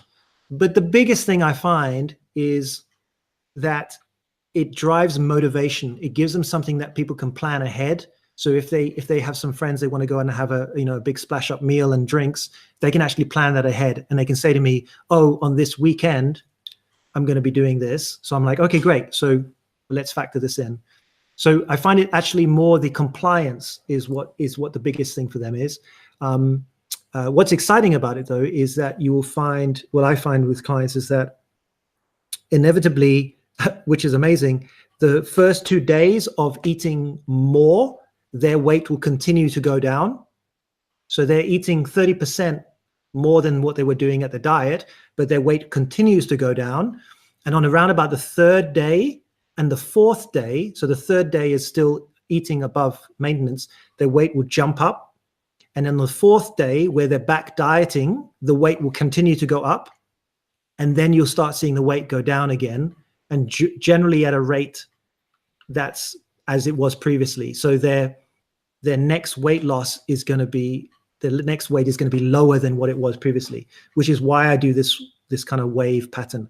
Now, there is lots of research on this, different waves, how athletes can, and at different times, have different wave patterns, different lengths of time. Some people call this method doing a kind of cheat day every week. I don't think that's such a good idea. One, because it uses the word cheat, which is not a good, healthy thing to do, as we've said. But the other thing is that from experience, there are very few people who can diet hard enough during the week to even warrant a cheat day. So what happens is they think, oh, I've dieted really well, so I can have this cheat day. But what happens is if you actually have a look at it, they probably only really dieted for about 3 days, and then they suddenly ruin the diet by having this cheat day. So if you want to have a day or a couple of days where you're kind of eating ad libitum, then I would increase the period of where you are dieting. So choose something that is something that you can really focus on, whether it is 2 weeks, whether it is even a month. You can diet hard for, let's say, 4 weeks, and then take a week off and then do it. But this actually has been shown in research to improve adherence and actually weight loss over time by having this kind of wave flexible approach. And it's exactly why I do it with clients with 11 3-day cycle. But it may require me to push that to longer if I can't see that the compliance is good enough during the week, if that makes sense to people. Yeah. Makes sense to me. Cool. We have a little one on here, a little point. I said fat loss supplements. Brian, do fat loss supplements work? Well, I think it depends on how you're looking at it. Clinically, over time, okay, let's divide them into 2 groups. We can say for sure some of them absolutely do not work, right? Just unequivocally, some supplements do nothing for your weight that are advertised as weight loss supplements. Yeah. But does that even matter compared to the other group? Because there's a second group that we could say do something. But what I've seen is when supplements do things, and I'm writing an article right now talking about different sources of caffeine. Oh yeah. And it'll probably be out before this podcast is released, so maybe you can look it up. But for example, like green tea has catechins in it, and green tea catechins are promoted for their weight loss ability, and it's a synergistic effect with caffeine, but it is so small. It exists, but what we see is like 1 cup of tea in a day, or per cup of tea, you're increasing your total fat oxidation rate by like 5 to 10 calories. It's so small. So how many cups of tea do you have to have? And it's such a small amount that these things don't play a large role. It was the same thing with like green coffee bean extract when that was a thing. It did have an effect apparently, but it was so small as to be clinically irrelevant, in my opinion. Yeah, same as capsicum, chili pepper. So I don't know. What I would say is weight loss supplements don't work, because even the ones that do work don't do enough to warrant buying or using them. Yeah, number one thing is that if you are even tempted to spend your money on a so-called fat burner stack or fat burner, please don't. You're just throwing your money away. Yeah, like it's not worth it. It's not worth it for whatever it is. If you are increasing your metabolic rate by 10 calories per day, will that make a difference? No, not really, unless your weight loss requires that level of precision. Then something else is probably not right. By probably going to bed half an hour earlier every day might actually increase your calorie burn better than if you were taking that supplement. And to be honest, you could spend that 30 quid a month on some really good food, mainly protein. Don't do it.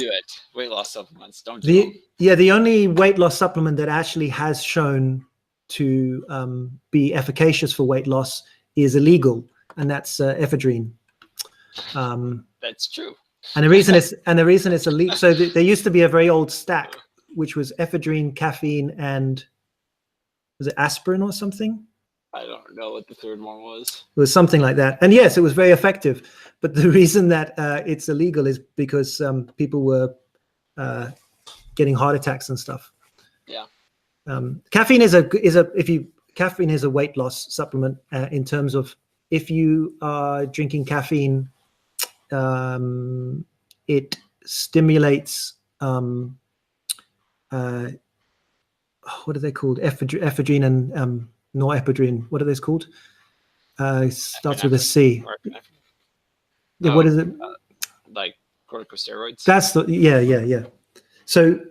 So that will raise your metabolism. They're actually different than corticosteroids. Never mind. It starts with a C. Anyway, I'm tired. It's like 10. Anyway, point being is that yes, you get caffeine. Having your cup of coffee per day is probably going to actually improve your weight loss. It also, caffeine is quite a useful thing in terms of if you are reducing the size of your meals, or even if you are skipping meals, which is not a bad thing. Some people get very woo-woo about it, but I don't have a problem with somebody, for instance, skipping breakfast or skipping dinner as a adjunct to making it easier to monitor how many calories you're having per week.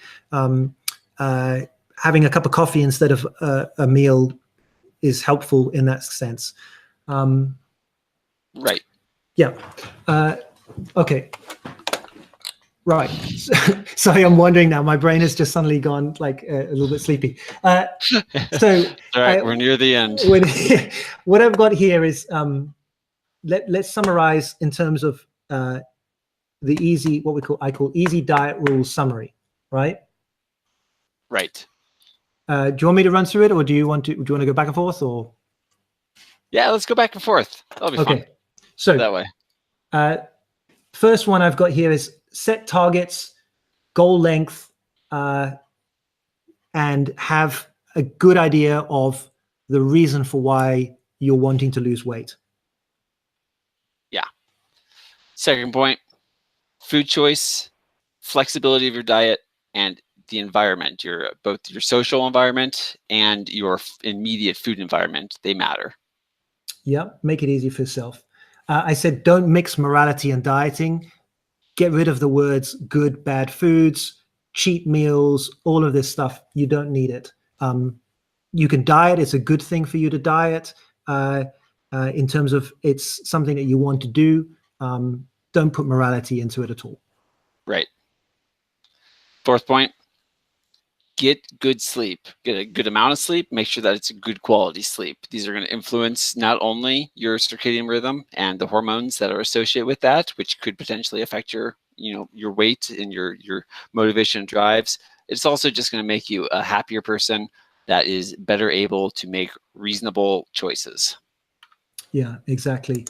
You want to focus your diet on whole foods. So fresh whole foods, fruits and vegetables and things like that are going to contain fiber, which is going to help your gut biome, but it's also going to actually fill your stomach. One of the cues for whether you are full is the stretch of your stomach.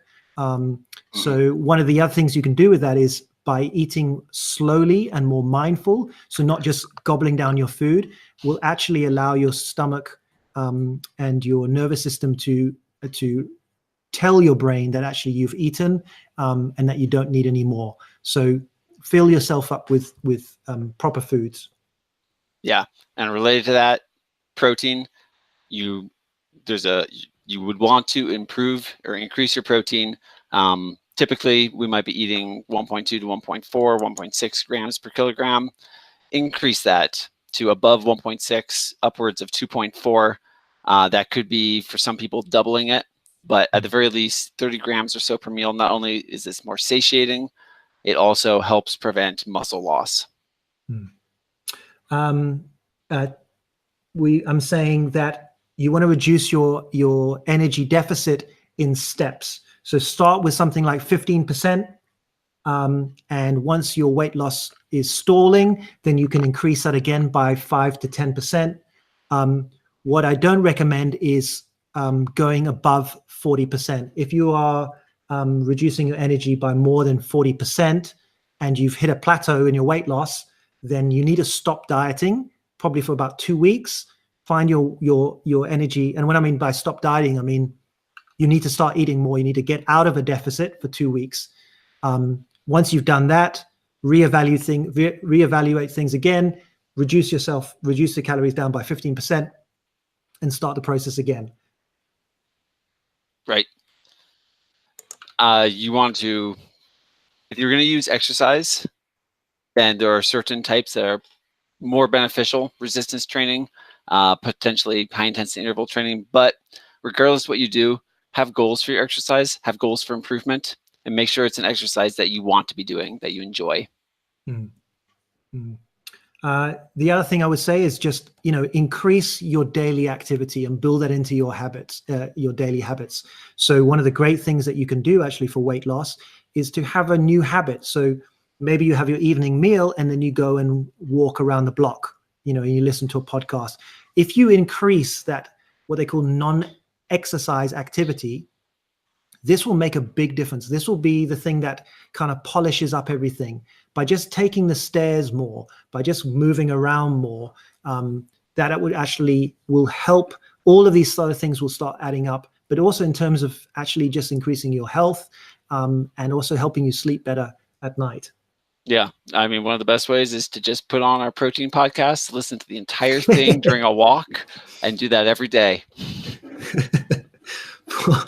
Yes. Coincide with that. Like we said, don't start with exercise, especially cardio, as the driver of burning calories. It's not a helpful thing to do. It could also, what we haven't really spoken about here is that you've got to try and maintain your climbing goals along with your weight loss, right? So if your climbing goals and your climbing targets and your progression in your climbing is tanking because of your weight loss, then you've set it up wrong. You may not make the same gains that you would if you were eating at weight maintenance or above, but you should be at least making an improvement on the wall, especially since you're getting lighter. But if things are dropping, and the other thing we actually even spoken about, things like if you're getting moody and you're getting stressed and you're getting agitated and all this sort of stuff, be aware and check that you're not creating too much of a calorie deficit. And that goes in hand with noticing how much weight you're losing and how quickly. So like we said, about 0.7% of your body weight per week is a pretty good goal to start with. Yeah. And finally, your diet is going to end at some point. At some point, you're going to want to get off a calorie deficit and move into maintenance calories. Don't go crazy. So this is maybe a better way to phrase it is maintain the motivation so that when you finish your diet, you can continue eating a maintenance calorie diet without feeling the need to overly increase your calories all of a sudden. Yeah, it could just be like you've adopted this habit of eating good fresh food.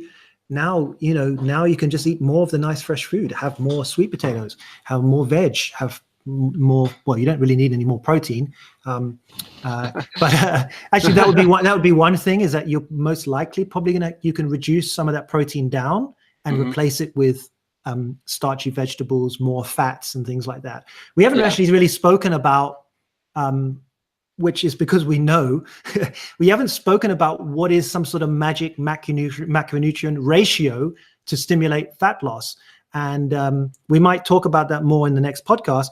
But the reason that Brian and I haven't even thought about bringing that up is that the research has shown time and time again that your ratio of carbohydrate to fat makes almost no difference whatsoever in terms of weight loss. What makes the difference is the protein content of your diet and your adherence to the diet. So that's really why we haven't brought it up. Right. It's just not important. Yeah. So unfortunately, your keto diet won't make you lose fat quicker than a carbohydrate replete diet if the protein is matched and the energy deficit is the same and the adherence is the same. The reason that these other diets work better is because if you're eating keto, then you're not eating anything really apart from fat and vegetables and protein. So you got it's protein veggies, which were two of the points on this list. Yeah, exactly. So your quality of diet is better just by default. Now, I'm going to bring this point in, but I want you should have listened to the previous podcast that I did at the end of the year talking about body fat levels, and specifically talking about how I don't talk to women specifically, or I don't give recommendations, or we don't give recommendations for women specifically. Now, this is not a issue for women predominantly. I don't think that is the case, because I know men are having this issue as well. But one thing I do want to bring up, and Brian would agree, is that if at any time that you are doing a diet, that you start questioning your motivation for the diet. And this is something that's going to be very subjective, and it can be just in terms of how you feel when you're dieting, what your expectation is of how you will feel when you reach a body fat percentage or a body weight. We want you to, how can I say this? I want you to be sensitive, and I want you to involve other people in your life. It can be friends, your partner, whatever, to keep you in check. Because many people, and I think I see this a lot in the climbing community, is that there is a very fine edge between wanting to restrict energy for a weight loss goal to improve performance, and a body image situation, something related to how you will perceive that you will feel as a person, how other people will relate to you, etc., etc. A lot going on here. And so I just want to encourage you that to be aware as you start making your choice and your decisions of why you're wanting to lose weight. Really just examine what's going on in your head and your emotions. And if you find that there are things that making you uneasy about how you feel, I want you to go and speak to someone. You can either speak to your GP or something, or even speak to a friend and ask them, do you think I should lose weight? Do you think it's going to improve things? If you have a climbing coach, speak to them about it, just so you have some support. And maybe somebody will say, actually, no, this is fine. Your climbing performance is good. it looks like you could lose a little bit of body fat, but there might be times where somebody might say, actually, this might not be wise for you. And if you're having a difficult relationship with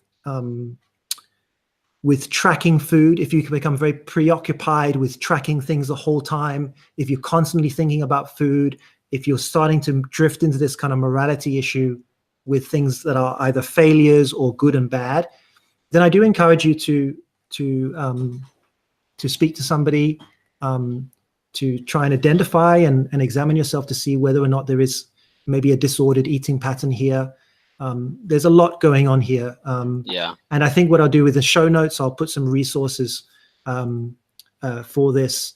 And the other thing as well is that if you don't know where to start with any of this in terms of your social circle, you don't feel comfortable speaking to anyone in your social circle, I encourage you to either reach out to Brian or myself.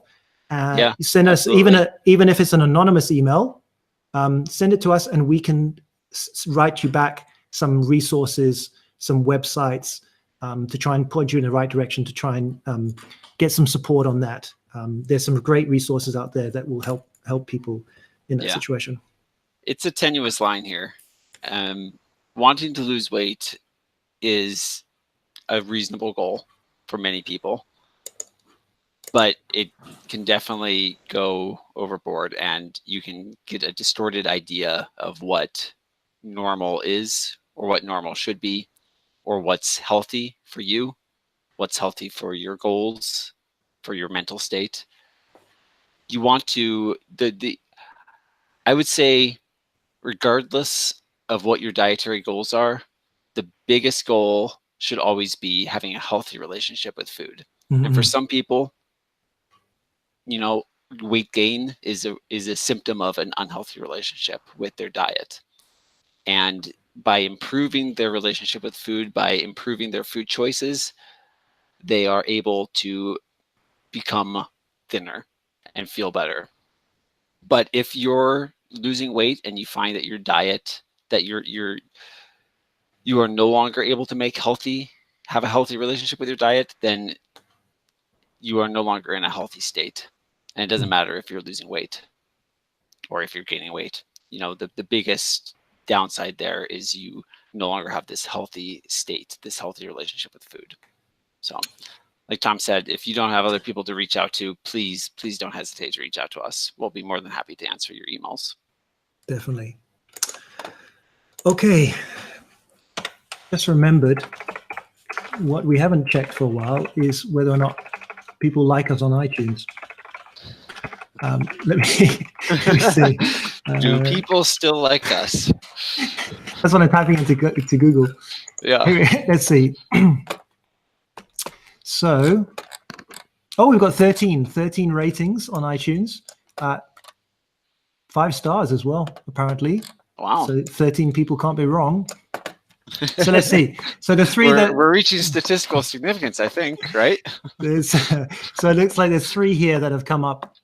You can't seem to see all the reviews, but there's 3 that have popped up here. So there's a 5-star rating from Alfie Jameson, and he says, very informative and refreshingly down to earth in an industry so caught up in the latest fad or extreme diet. I've gained new knowledge every time I've listened. Thank you. For me, the tangents, in quotes, just add more quality content and a chance to understand the topics even further. Thank you for all the content you guys have put out there. Oh, thank you. Thanks, Alfie. Another one from Chris Whedon. That's a 5-star review. And he says, amazing from beginning to end, ! A great contrast to other podcasts. Tom and Brian know their subjects inside out and have so much knowledge to share, making each episode fascinating and informative. Essential listening for every climber. Thank you, Chris. Wow. And the last one is by Sci with 2 hyphens next to it. Very interesting and detailed, but a 4-star on this one. 5 stars for content, information, and knowledgeable presenters. However, the difference in sound volume between the 2 presenters make it very hard to listen to, which is a great shame. And that might have been from a previous show. Yeah, we did have one show in particular, I believe, with some errors in sound quality. Hopefully those have been resolved. Please, though, tell us if there's something bugging you audio-wise that we haven't caught. Please let us know, because we want. Hopefully, we can avoid the gross errors of the big things. But yeah, you guys can help us out with that by just letting us know if something suddenly goes awry. Yeah, I mean, the insidious mumbling from one of the presenters, the inability to pronounce the letter R, and the coughing from the other presenter is. You have a major problem with my airways sometimes. But hey, so that's it. I mean, yes, we think we've covered pretty much the main questions that people have asked. We'll talk about in the next show a bit more of the strategy in terms of maintaining, which is something that people asked about. However, if there is a load of questions that you guys have that you want us to cover specifically, those are much easier podcasts to do, because you give us questions and Brian and I can schedule something and we literally can just jump in and talk and get it done. So those are great episodes. I love answering questions. Yeah, so let's do that. So Brian will probably post the link for this podcast on his Climbing Nutrition Facebook page. So that's probably the best place to put Q&A. And it doesn't have to be on dieting for this episode. It can be on other stuff as well, related to previous shows. And then we can do a Q&A podcast after this one, which will come much quicker. Then if you guys really want one that's very specific on weight loss, like hormones and all that, then we can prepare that. But if you'd rather us to talk about something completely different, then let us know.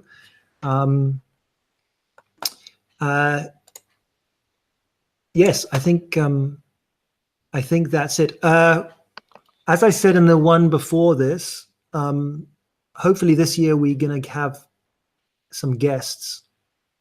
I don't really know how that's going to work. I don't know if there's going to be 3 of us. I would like to think that we could do like a 3-way podcast. I think that'll be quite interesting.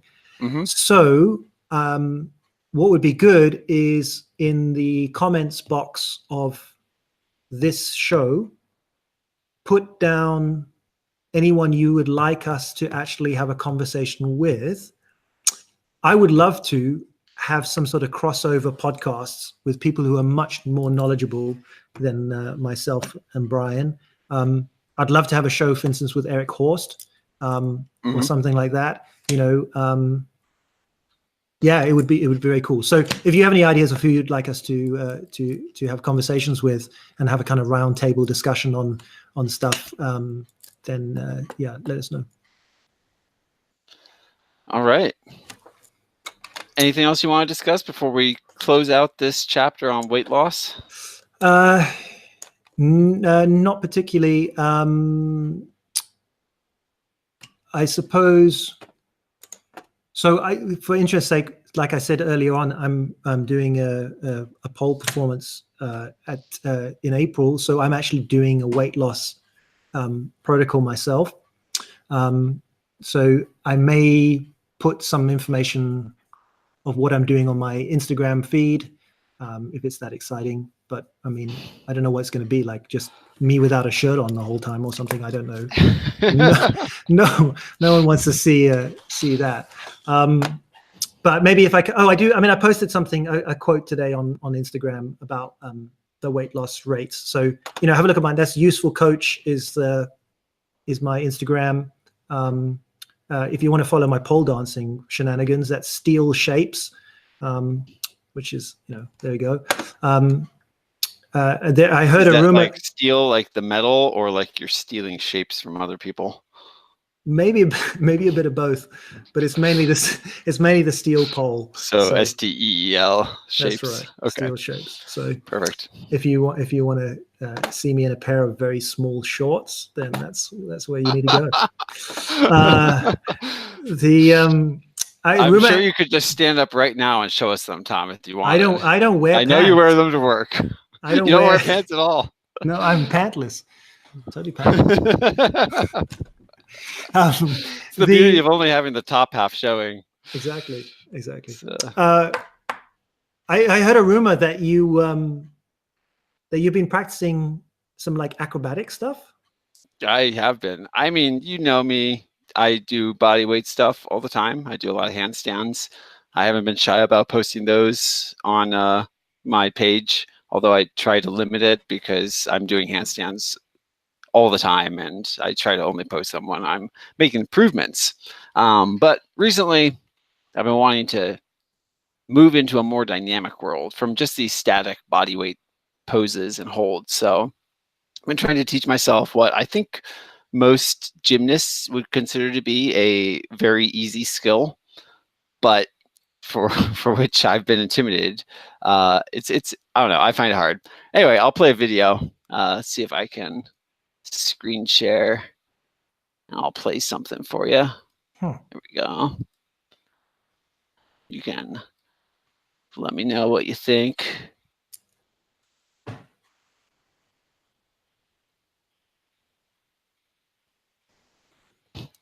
Oh, why is it? Hold on, I've got to click you. There we are. Oh, you didn't see it? No, I think it was hidden. So try again now. Pulling it up again. Put it on repeat. Here it comes again, in case you missed it. to those who are on audio only, describe what you're doing. Well, you can hear what's happening. I'm hitting something very hard. What I'm doing is I'm trying to teach myself how to do a standing backflip. I don't know why. I woke up one day. I've been doing handstands. I feel so motivated by them. But then I get down. I'm like, I want to do something dynamic. So I wish I could just like throw a standing backflip right there, right then and there after coming down from like a solid handstand. I'm moving to like trying to move into one arms, for example. So I come down, it's been like a good one. I'm come down. I wish I could just do a backflip. I don't know if I'll ever reach that stage, but I can at least teach myself to do a standing backflip. And maybe when I can do it on a mat, I'll, feel like I've accomplished something. So it's coming along. I've done some work on it, not just at the climbing gym on the mats. But I used to be a diver in high school, so I'm used to throwing my body around in the air. I went back onto the diving board at a local rec center recently and kind of warmed myself back up to doing those things, and that's been helpful, I think. I mean, I guess I haven't tried throwing a backflip on the ground since then, but just like remembering what I'm doing, remembering the feeling of throwing my knees up towards my face, and I don't know. Wow. It's what I've been working on. I'll keep sharing updates as I get closer to actually landing it. Again, those of you listening in can't see, but I landed it, but not on my feet. I landed on my knees and my hands. So it's not. It could be worse. I could have landed on my head. I did do that once, but yeah, I'll keep updating people, and hopefully sometime soon I'll land it on my feet. And then after that, who knows? Standing double backflip.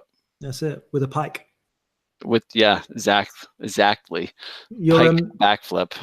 Your camera is off. I think I've just got a black screen for you. Oh, so. Let me stop sharing my screen.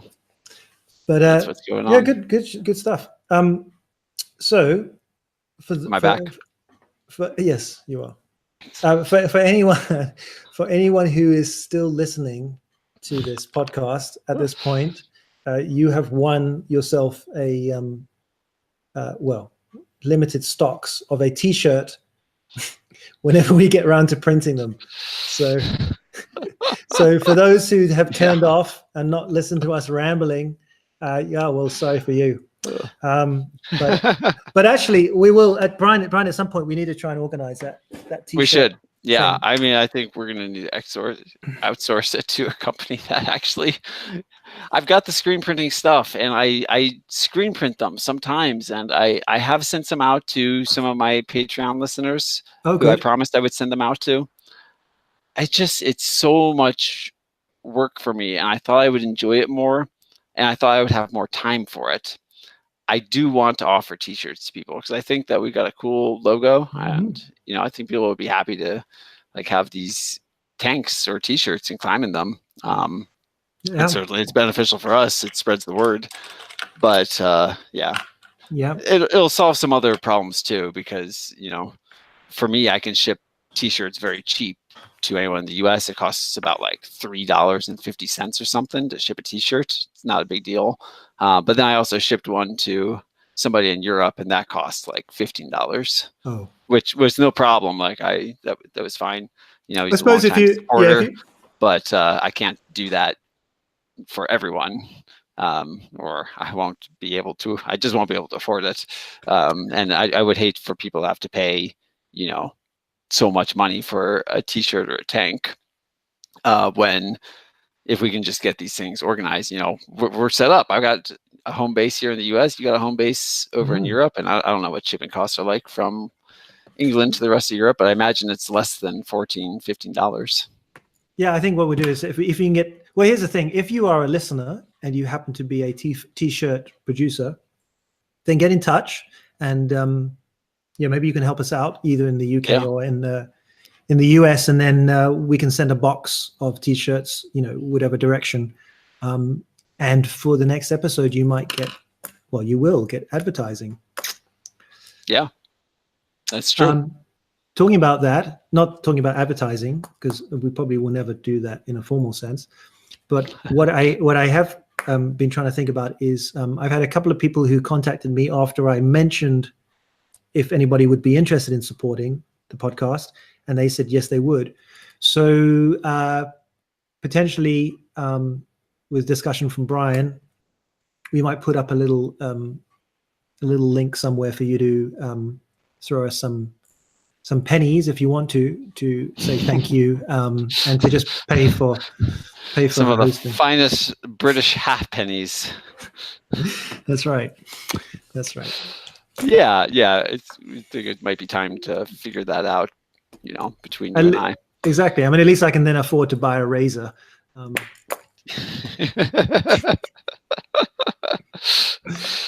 Okay. I want to see the beard continue to grow. I can't do it. You know, through the years. Well, maybe, but look, think about it. I mean, a guy with a beard on a pole, like a 38-year-old man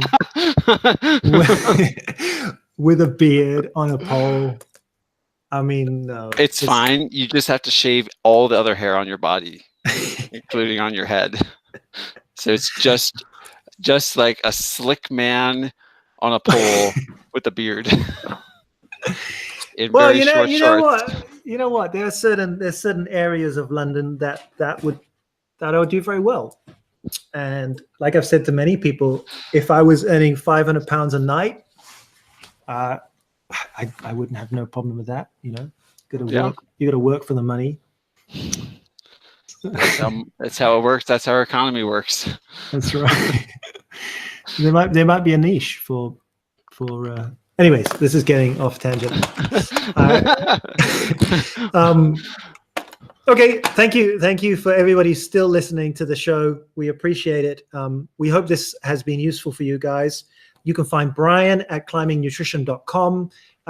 Do go to his Patreon page, which is linked on his website, and he is doing Q&As and other goodies there. Do support him. Go to Climbing Nutrition in Facebook, and you'll find his page and the post of this episode. You can find me at if you search on Facebook for Useful Coach, and if you go to at Useful Coach on Instagram, my website is fairly static, so there isn't anything new on there. I post mainly on social media now. And this is the ClimbSci podcast, and that's Brian Rigby. And I'm speaking with Tom Herbert. Thanks so much for listening, guys. Thanks so much, guys. Cheers.